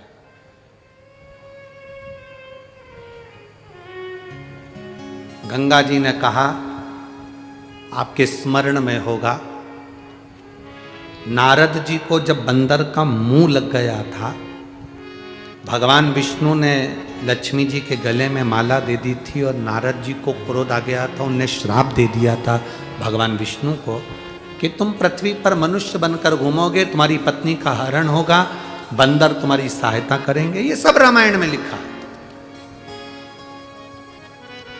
शिव महापुराण में लिखा, नारद जी के ऊपर से जब माया हटी तो नारद रोने लगे और भगवान विष्णु के चरण पकड़ लिए, क्षमा कर दो और मुझे मार्ग बताओ कि मैं कहां जाकर तप करूं।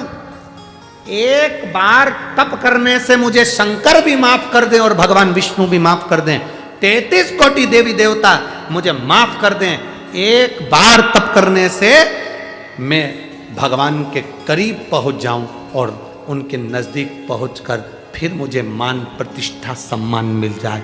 ऐसी कौन सी पवित्र भूमि है जहां मैं पहुंचूं? तो भगवान विष्णु ने कहा, नारद जी आपको अगर कहीं जाना है तो चंद्रभागा के तट पर जाकर बालू का शिवलिंग बनाकर अगर आप आराधना कर लोगे तो तुम संपूर्ण जीवन का सुख पा जाओ।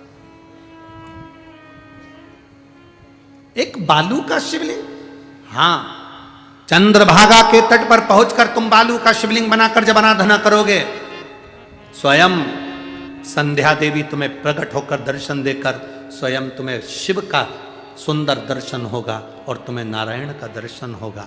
नारद, तुम संसार की सारी उलझनों से मुक्त होकर शिव और नारायण के धाम में सदा विहार करते रहोगे।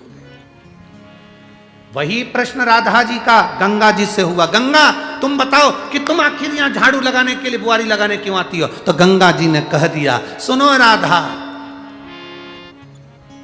दुनिया के लोगों के पाप मेरे जल में धुलते हैं, पर गंगा कहती है, राधा मैं उस पाप की गठरी को लेकर चंद्रभागा के तट पर आती हूं और केवल बालू पर एक हाथ से बुआरी लगाती हूं तो मेरे पाप पूरे की पूरे समाप्त होकर मुझे हरि और हर का दर्शन हो जाता है।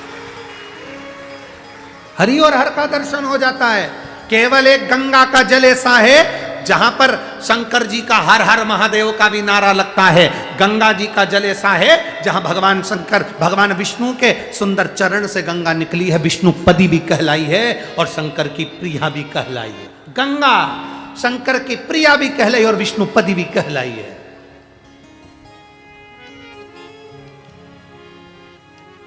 मेरा पूर्ण भारत के निवासियों से, संपूर्ण देश और विदेश में निवास करने वाले संपूर्ण देशवासियों से और विदेश में रहने वाले सारे मेरे भारत के निवासियों से निवेदन करूंगा, अगर भारत की भूमि पर तुम्हारा जन्म हुआ है और भारत की भूमि पर तुम पैदा हुए हो और भारत में अगर निवास करते हो तो एक बार हरि विठ्ठल का दर्शन करने जरूर आना।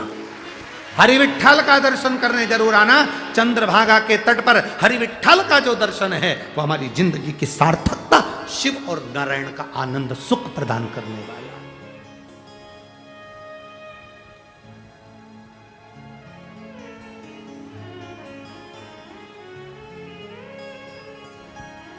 तो सहज जय जय जय हरि विठ्ठल,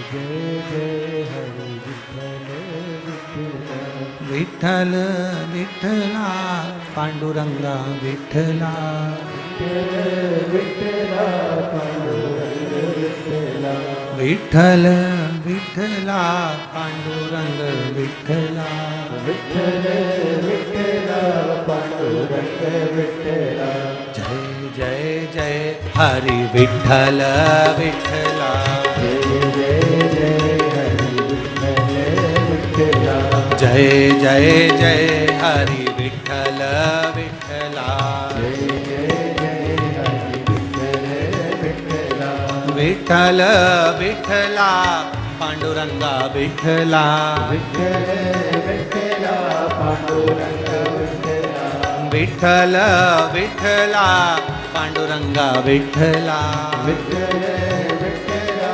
पांडुरंग विठ्ठला, ओ जय जय जय हरि विठ्ठल विठ्ठला,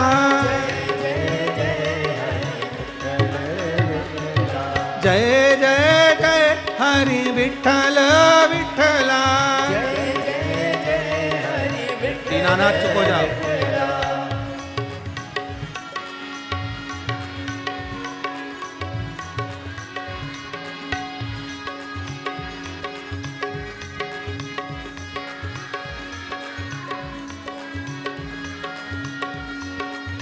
भाव से।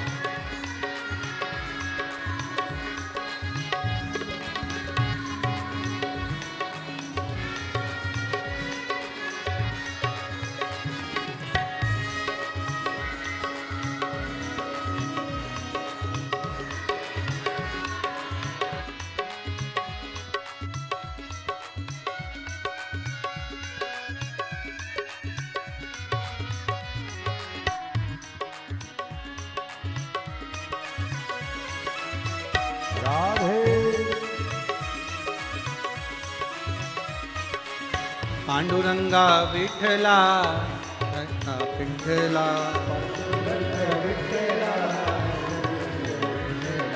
चंद्रभागा के तट पे विराजे, चंद्रभागा के तट पे विराजे। चंद्रभागा के तुलना किसी साधारण से नहीं होती, उसकी तुलना तो स्वयं नारायण और ब्रह्मा से होती है, स्वयं नारायण और ब्रह्मा से होती है। किसी ने कहा कि तुम अभी नया वस्त्र मत लो, पितृपक्ष चल रहा है, नया काम मत चालू करो, पितृपक्ष चल रहा है।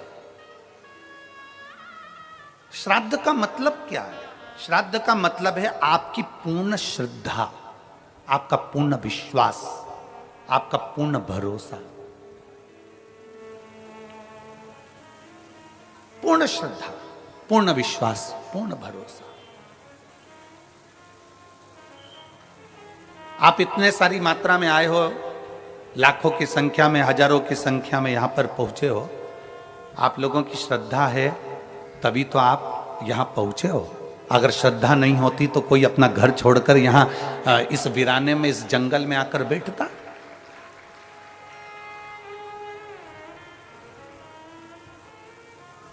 इस वीराने में, इस जंगल में कौन आता?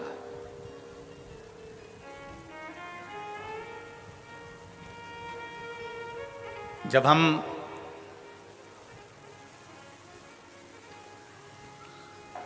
कल इस पवित्र भूमि पर आए छत्तीसगढ़ की, और इस कांटा कुणी गांव में के अंतर्गत हम यहां पहुंचे, जब हम आ रहे थे तो जंगल का रास्ता था, ना इधर मकान दिख रहे थे ना उधर मकान दिख रहे थे,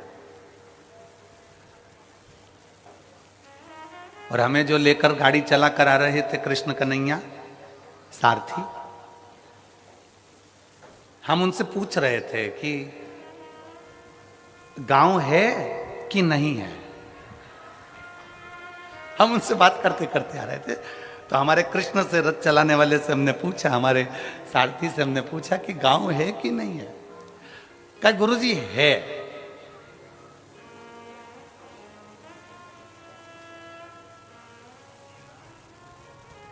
हमने पूछा कितना बड़ा है, तो वो बोला जहां से चालू होगा वहीं विराम हो जाएगा। हमने कहा ठीक है। आज सबसे बड़ी प्रसन्नता का विषय इस भूमि पर यह है कि इस भूमि से मेरे राम अयोध्या चलकर निकलकर लंका के लिए गए थे, लंका के लिए गए।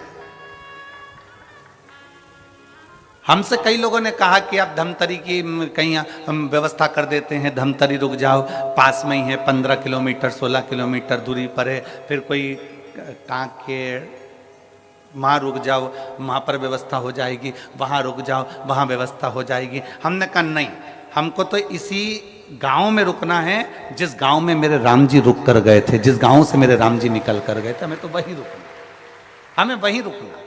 आप तो बस भगवत भजन का आनंद है, यहाँ सुख है। हमें इस मार्ग से जो भक्ति है वो जनमानस तक भेजना है। और ये कथा जो वनवासियों के बीच में आई है, ये कथा जो जनमानस के बीच में आई है, उसका एक आनंद हो।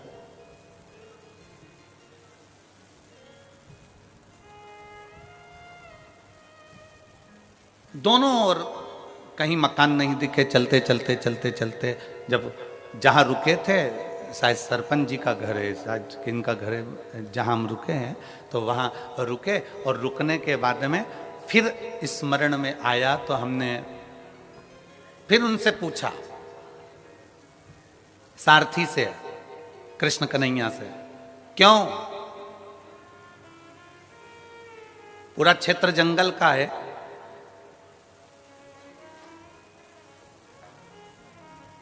पंडाल में शिव भक्त पहुंचे कि नहीं पहुंचे? अरे गुरुजी, वो तो 3 दिन पहले से ही पहुंच गए थे, तो 3 दिन पहले से ही पहुंच गए।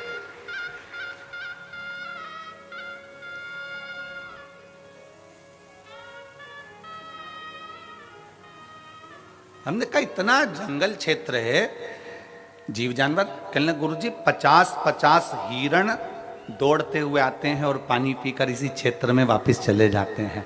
इतना सुंदर क्षेत्र है, इतना सुंदर। और हम कहें संपूर्ण आस्था चैनल पर कथा श्रवण करने वालों से और संपूर्ण छत्तीसगढ़ के इस पवित्र धरा के सभी श्रोता भाई बहनों से कि भगवान राम जिस भूमि के पास में से निकल कर गए हों वो भूमि साधारण नहीं हो सकती, उसकी शिव तपोस्थली हो सकती। शिव तपोस्थली, जिस भूमि पर स्वयं शंकर बैठे हों, महानदी के तट पर मां आद्य शक्ति दुर्गा भवानी बैठी हो,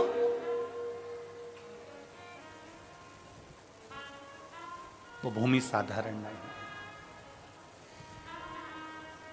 एक विश्वास के साथ कथा सुनो।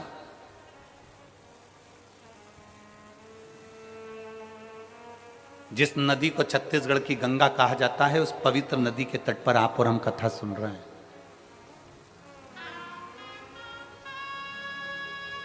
एक मन में विश्वास रखकर श्रद्धा। श्राद्ध का मतलब पितृ आपका बुरा करेंगे, यह श्राद्ध का मतलब नहीं है। पितृ आपका बुरा करेंगे, यह श्राद्ध का मतलब नहीं है। पितृ आपको श्राप देंगे, यह श्राद्ध का मतलब नहीं है। यह पितृपक्ष का मतलब नहीं है। नया कपड़ा मत लो, ये मत करो, वो मत करो, मुहूर्त मत करो, नए मकान की बात मत करो, संबंध की बात मत करो, शादी की बात मत करो। पितृपक्ष चल रहा है, श्राद्ध चल रहा है। लोगों ने भय पैदा कर दिया पितृपक्ष का, श्राद्ध पक्ष का। पर यदि कूर्म पुराण को पढ़ा जाए, यदि देवी भागवत को पढ़ा जाए, यदि लिंग पुराण को पढ़ा जाए, यदि शिव महापुराण को पढ़ा जाए, तो हमारा शास्त्र कहता है कि पितृ पक्ष से सुंदर कोई पक्ष नहीं हो सकता, जिसमें पितरों का भी आशीर्वाद देवताओं के साथ मिलता है।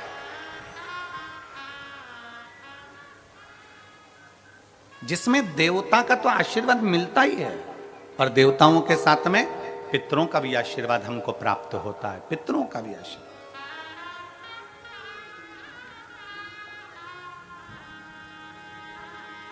पितरों का भी वर हमें प्राप्त होता है।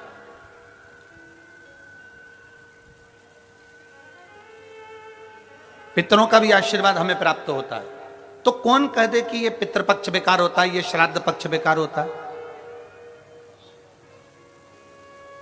श्राद्ध पक्ष में ये मत करो, श्राद्ध पक्ष में वो मत करो, पितृपक्ष में ये ना ना ना। शिव महापुराण की कथा कहती है पितृपक्ष वो पक्ष है कि बाकी के समय में, बाकी के पक्षों में तो केवल देवता का आशीर्वाद मिलता है, पर श्राद्ध पक्ष में देवताओं के साथ में पितरों का भी आशीर्वाद प्राप्त होता है, हमारे पूर्वजों का आशीर्वाद प्राप्त होता है।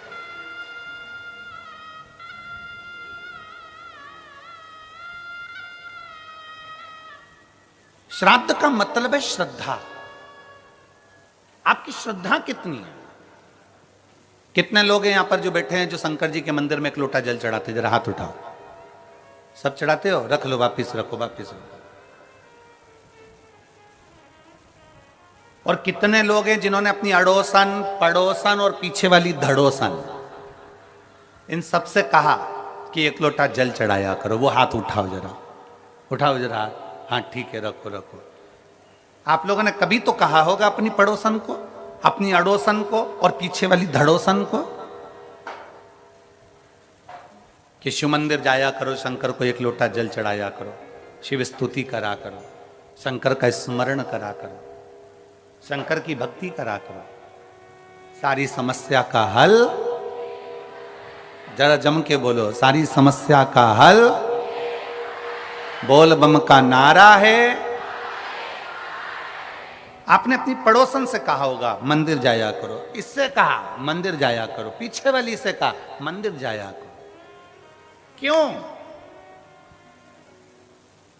किस लिए? तुम्हारी पड़ोसन के मंदिर जाने से सीहोर वाले महाराज का कोई फल है क्या? तुम्हारी पड़ोसन के मंदिर जाने से सीहोर वाले महाराज को कुछ मिलने वाला है क्या? तुम्हारे मंदिर जाने से या तुम्हारी पड़ोसन के मंदिर जाने से या पीछे वाली धड़ोसन के मंदिर जाने से सीहोर वाले महाराज को कुछ मिलेगा क्या? तुम्हारी पड़ोसन के मंदिर जाने से किसी को कुछ नहीं मिलेगा, पर तुम्हारी पड़ोसन के मंदिर जाने से तुम्हें जरूर प्राप्त होगा। क्या? वो मार्ग बताने से परमात्मा का दरवाजा प्राप्त हो जाता है, मंजिल प्राप्त हो जाता है। एक कथा आती है एक बड़ी सुंदर सा कि एक वकील साहब थे।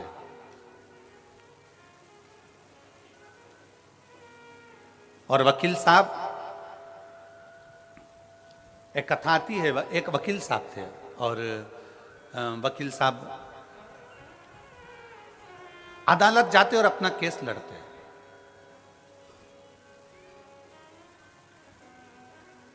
एक गांव का व्यक्ति शहर में आया, अपने लड़के का पता पूछ रहा।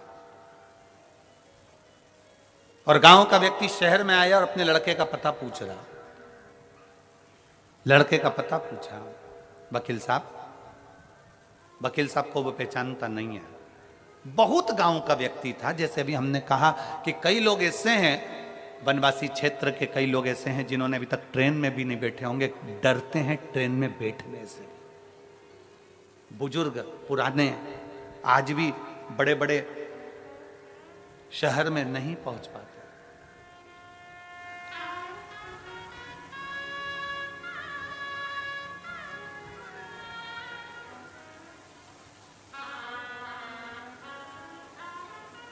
गांव का व्यक्ति था और गांव का व्यक्ति, बुजुर्ग व्यक्ति शहर में आया। वकील साहब केस लड़ रहे थे और केस हार गए। हार कर बाहर खड़े थे अदालत के बाहर।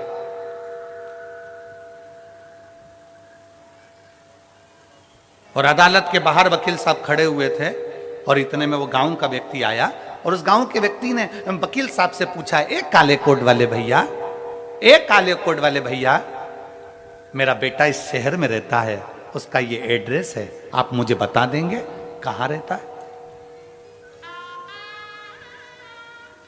एक काले कोट वाले भैया, मेरा बेटा यहां शहर में रहता है, आप जरा एड्रेस बता दोगे? ये एड्रेस आप बता दोगे? वकील साहब ने उस गांव के व्यक्ति से बात नहीं करी और उसको कहा, भाग यहां से, चल भाग यहां से। वकील साहब ने जैसे ही हाथ का इशारा करा और कहे भाग यहां से, जैसे ही भगाया, बेचारा गांव का व्यक्ति रोकता हुआ विचार करता है कि वकील साहब ने, काले कोट वाले भैया ने कहा है कि तुम्हारा बेटा इधर रहता होगा, चल जा यहां से। हाथ का इशारा करा। गांव का व्यक्ति, बेचारा साधारण सा व्यक्ति, हाथ का जहां वकील ने इशारा करा था वहीं चल दिया। चलते चलते चलते चलते आगे चलकर कहीं पर शिव महापुराण की कथा हो रही थी और वो गांव का व्यक्ति अपने बेटे को ढूंढते ढूंढते उसी शिव पुराण की कथा में बैठ गया। अपने बेटे के घर नहीं जा पाया, अपने बेटे के घर नहीं गया, शिव महापुराण की कथा में जाकर बैठ गया। कथा पूरी हुई, हाथ में प्रसाद का दोना लिया, चल दिया। खाते खाते जा रहा था, सामने से स्कूटर से बेटा आ रहा था। बेटे ने अपने बाप को देखा, पिता को देखा, पिताजी तुम यहां कैसे आ गए शहर में?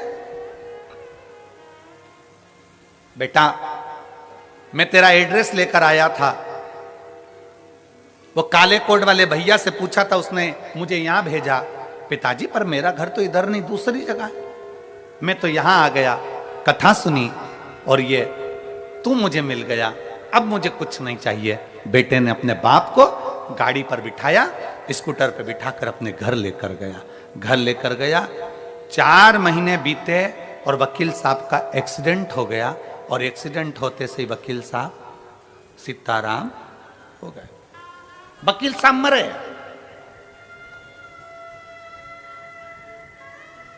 ऊपर गए, धर्मराज ने कहा, कौन आया है? कि ये आया है काला कोट। वकील साहब सामने खड़े थे, सामने खड़े थे।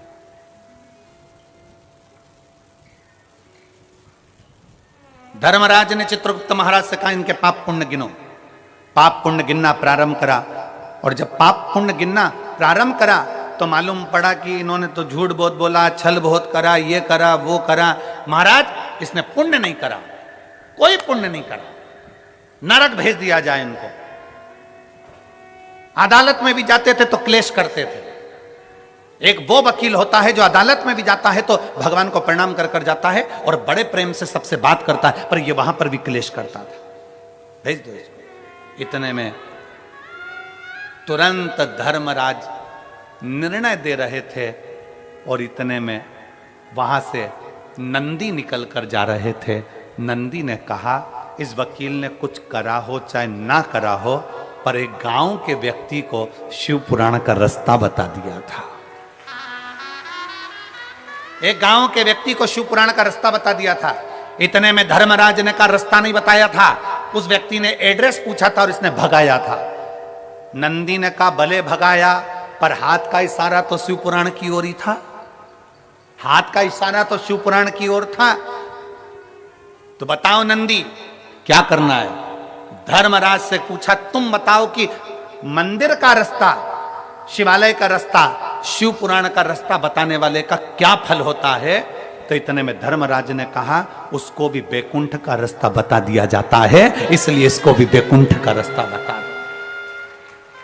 इसको भी बैकुंठ का रास्ता बता दो। वकील की आंख से आंसू बहने लगा कि मैंने जिंदगी में कोई अच्छा कर्म नहीं करा, पर एक कर्म, और वो भी मैंने अनायास करा। मैंने एक कर्म करा और वो भी अनायास करा, अनायास।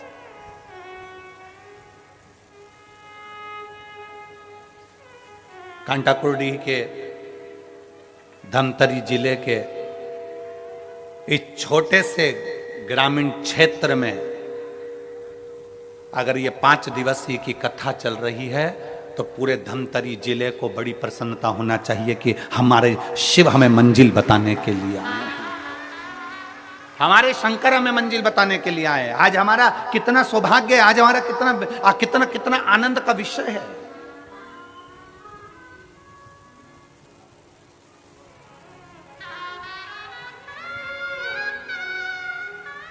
और ये शिव कृपा से हुआ। कोई आपसे पूछे, साहब शिव महापुराण की कथा कहां हो रही है, आप नहीं भी गए हो ना, तो आप अपने मुख से और अपने हाथ का इशारा कर कर बता सकते हो कि वहां कथा हो रही है, चले जाओ। आपके रिश्तेदार पूछे, क्यों जी हमने सुना है कि तेरे पास में कथा हो रही है, हाँ आ जाओ। कितनी दूर है तेरे यहां से? 10 किलोमीटर दूर है, आओ तो सही, हम आपको लेकर चलेंगे। आओ पहुंचो। एक मंजिल बता दी, एक स्थान बता दिया। शिव महापुराण करती क्या है? शिव पुराण का काम केवल एक मंजिल तक पहुंचाना है। शिव पुराण कहती है, आप अपना कर्म करो, अपनी मेहनत करो, लगनता से करो। जिस काम को कर रहे हो उसमें इतनी मेहनत करना, इतनी मेहनत करना, इतनी मेहनत करना कि अभी तक मेहनत करते आए उससे 4 गुनी ज्यादा मेहनत करना। जब 4 गुनी ज्यादा मेहनत करोगे तो शंकर सफलता देगा ही। शिव पुराण ये नहीं कहती कि आप अपने घर में बैठ जाओ। शिव पुराण ये नहीं कहती कि आप अपना एक स्थान पकड़ कर बैठ जाओ। शिव पुराण तो यहां तक कहती है कि तीर्थ में भी जाकर मत बैठो। शिव महापुराण की कथा कहती है किसी नदी के तट पर जाकर मत बैठो। शिव पुराण की कथा कहती है कि शंकर के शिवालय में जाकर मत बैठो। आप तो अगर तीर्थ गए हो तो वहां से लौट कर आइए, नदी के किनारे तक गए हो लौट कर आइए, किसी शिवालय तक गए हो लौट कर आइए। शिव महापुराण की कथा कहती है कि आप अपनी लगनता, अपनी मेहनत, अपना कर्म इतना प्रबल करो, इतना मेहनत करो कि उस मेहनत का फल आपको मिले। एक पत्र है,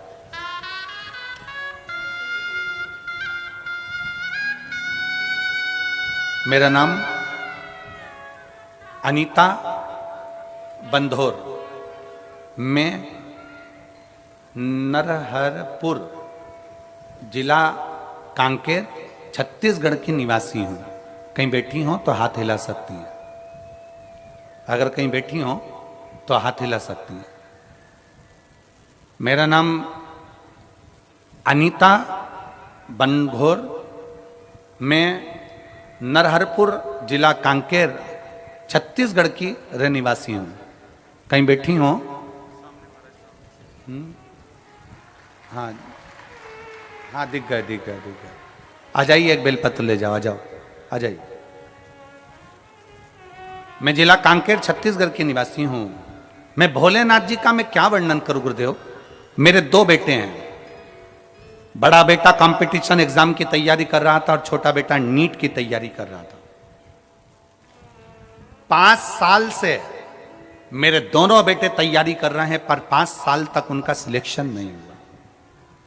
ना तो कंपटीशन एग्जाम में मेरे बड़े बेटे का हुआ, ना नीट में मेरे छोटे बेटे का हुआ। गुरुदेव, हम भले कांकेर के रहने वाले हैं, छोटे क्षेत्र के हैं, पर बेटों का मन था कि हम भी कोई ऑफिसर बन जाएं, हमारा भी कोई ऊंचा पद हो जाए। गुरुदेव, बड़े बेटे ने 5 साल तक लगातार कंपटीशन एग्जाम दिया, पर उसका सिलेक्शन नहीं हुआ। छोटे बेटे ने नीट की परीक्षा देता रहा, पर सिलेक्शन नहीं हुआ। कभी 1 नंबर, कभी 2 नंबर, कभी 1.5 नंबर से रह जाते। दोनों बेटे हार गए और दोनों बेटों ने कहा, मां अब हम ना नीट की तैयारी करेंगे और ना हम कंपटीशन एग्जाम की तैयारी करेंगे। तब मेरे बच्चों ने जैसे ही बोला तो मैंने अपने बच्चों से कहा, एक बार सीहोर वाले महाराज की कथा सुनो। हमने टीवी चालू कर हम आपको पहचानते नहीं थे, जानते नहीं थे। दूसरे के कहने पर हमने टीवी चालू करी, आस्था चैनल पर आपकी कथा सुनी। कथा सुनते ही मेरे बच्चों को सुनाई और मेरे बच्चों ने कह दिया, सीहोर वाला महाराज कहता है कि मेहनत को 4 गुना बढ़ाओ, अपनी लगन, अपने कर्म को, अपनी मेहनत को चौगुना करो और चौगुना मेहनत कर शंकर को जल चढ़ाओ। जल चढ़ाकर जब एग्जाम के लिए जाओ तो एक बेलपत्री पर शहद लगा कर जाओ। मेहनत को चौगुना करना है। अब मेरे बेटे ने कंपटीशन एग्जाम की तैयारी करी और छोटे बेटे ने नीट की तैयारी करी और दोनों ने अपनी मेहनत को 4 गुना कर दिया। मैं और मेरे दोनों बेटे, हम तीनों शंकर जी के मंदिर में 1 लोटा जल चढ़ाने के लिए जाने लगे और रोज जल चढ़ाने जाते। जब मेरे बेटों का एग्जाम आया, बीच वाली पत्ती पर शहद लगाया और शहद लगाकर शंकर को लगाकर मेरे बेटे कंपटीशन एग्जाम में बैठ गया और दूसरा बेटा नीट की परीक्षा में बैठ गया। आज मैं बाबा को धन्यवाद देने आई हूं। जो बेटा मेरा कंपटीशन एग्जाम में बैठा था वो रेलवे का बहुत बड़ा पदाधिकारी बन गया और छोटा बेटा जो नीट की परीक्षा दे रहा था वो मेडिकल कॉलेज में सिलेक्ट हो गया। मेरा बेटा डॉक्टर बन रहा है और बड़ा बेटा रेलवे में हो गया। ये शिव तत्व है, ये शंकर है, ये शिव ओघड़ी है।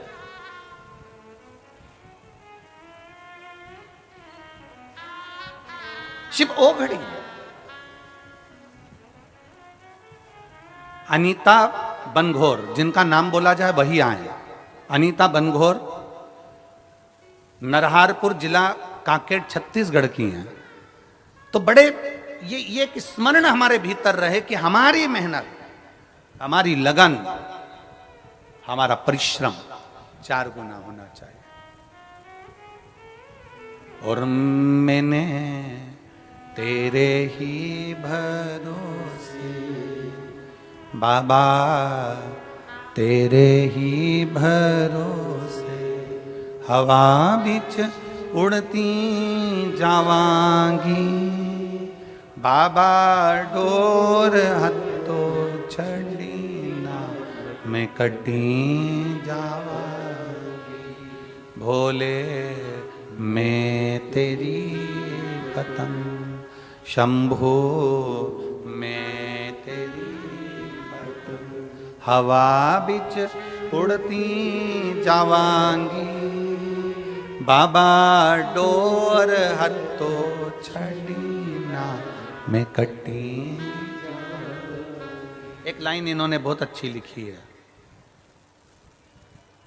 आप और हम दोनों मिलकर गुनगुनाते हैं कि मुझे भोले बाबा ने बहुत दे दिया है, तेरा शुक्रिया है, तेरा शुक्रिया, तेरा शुक्रिया।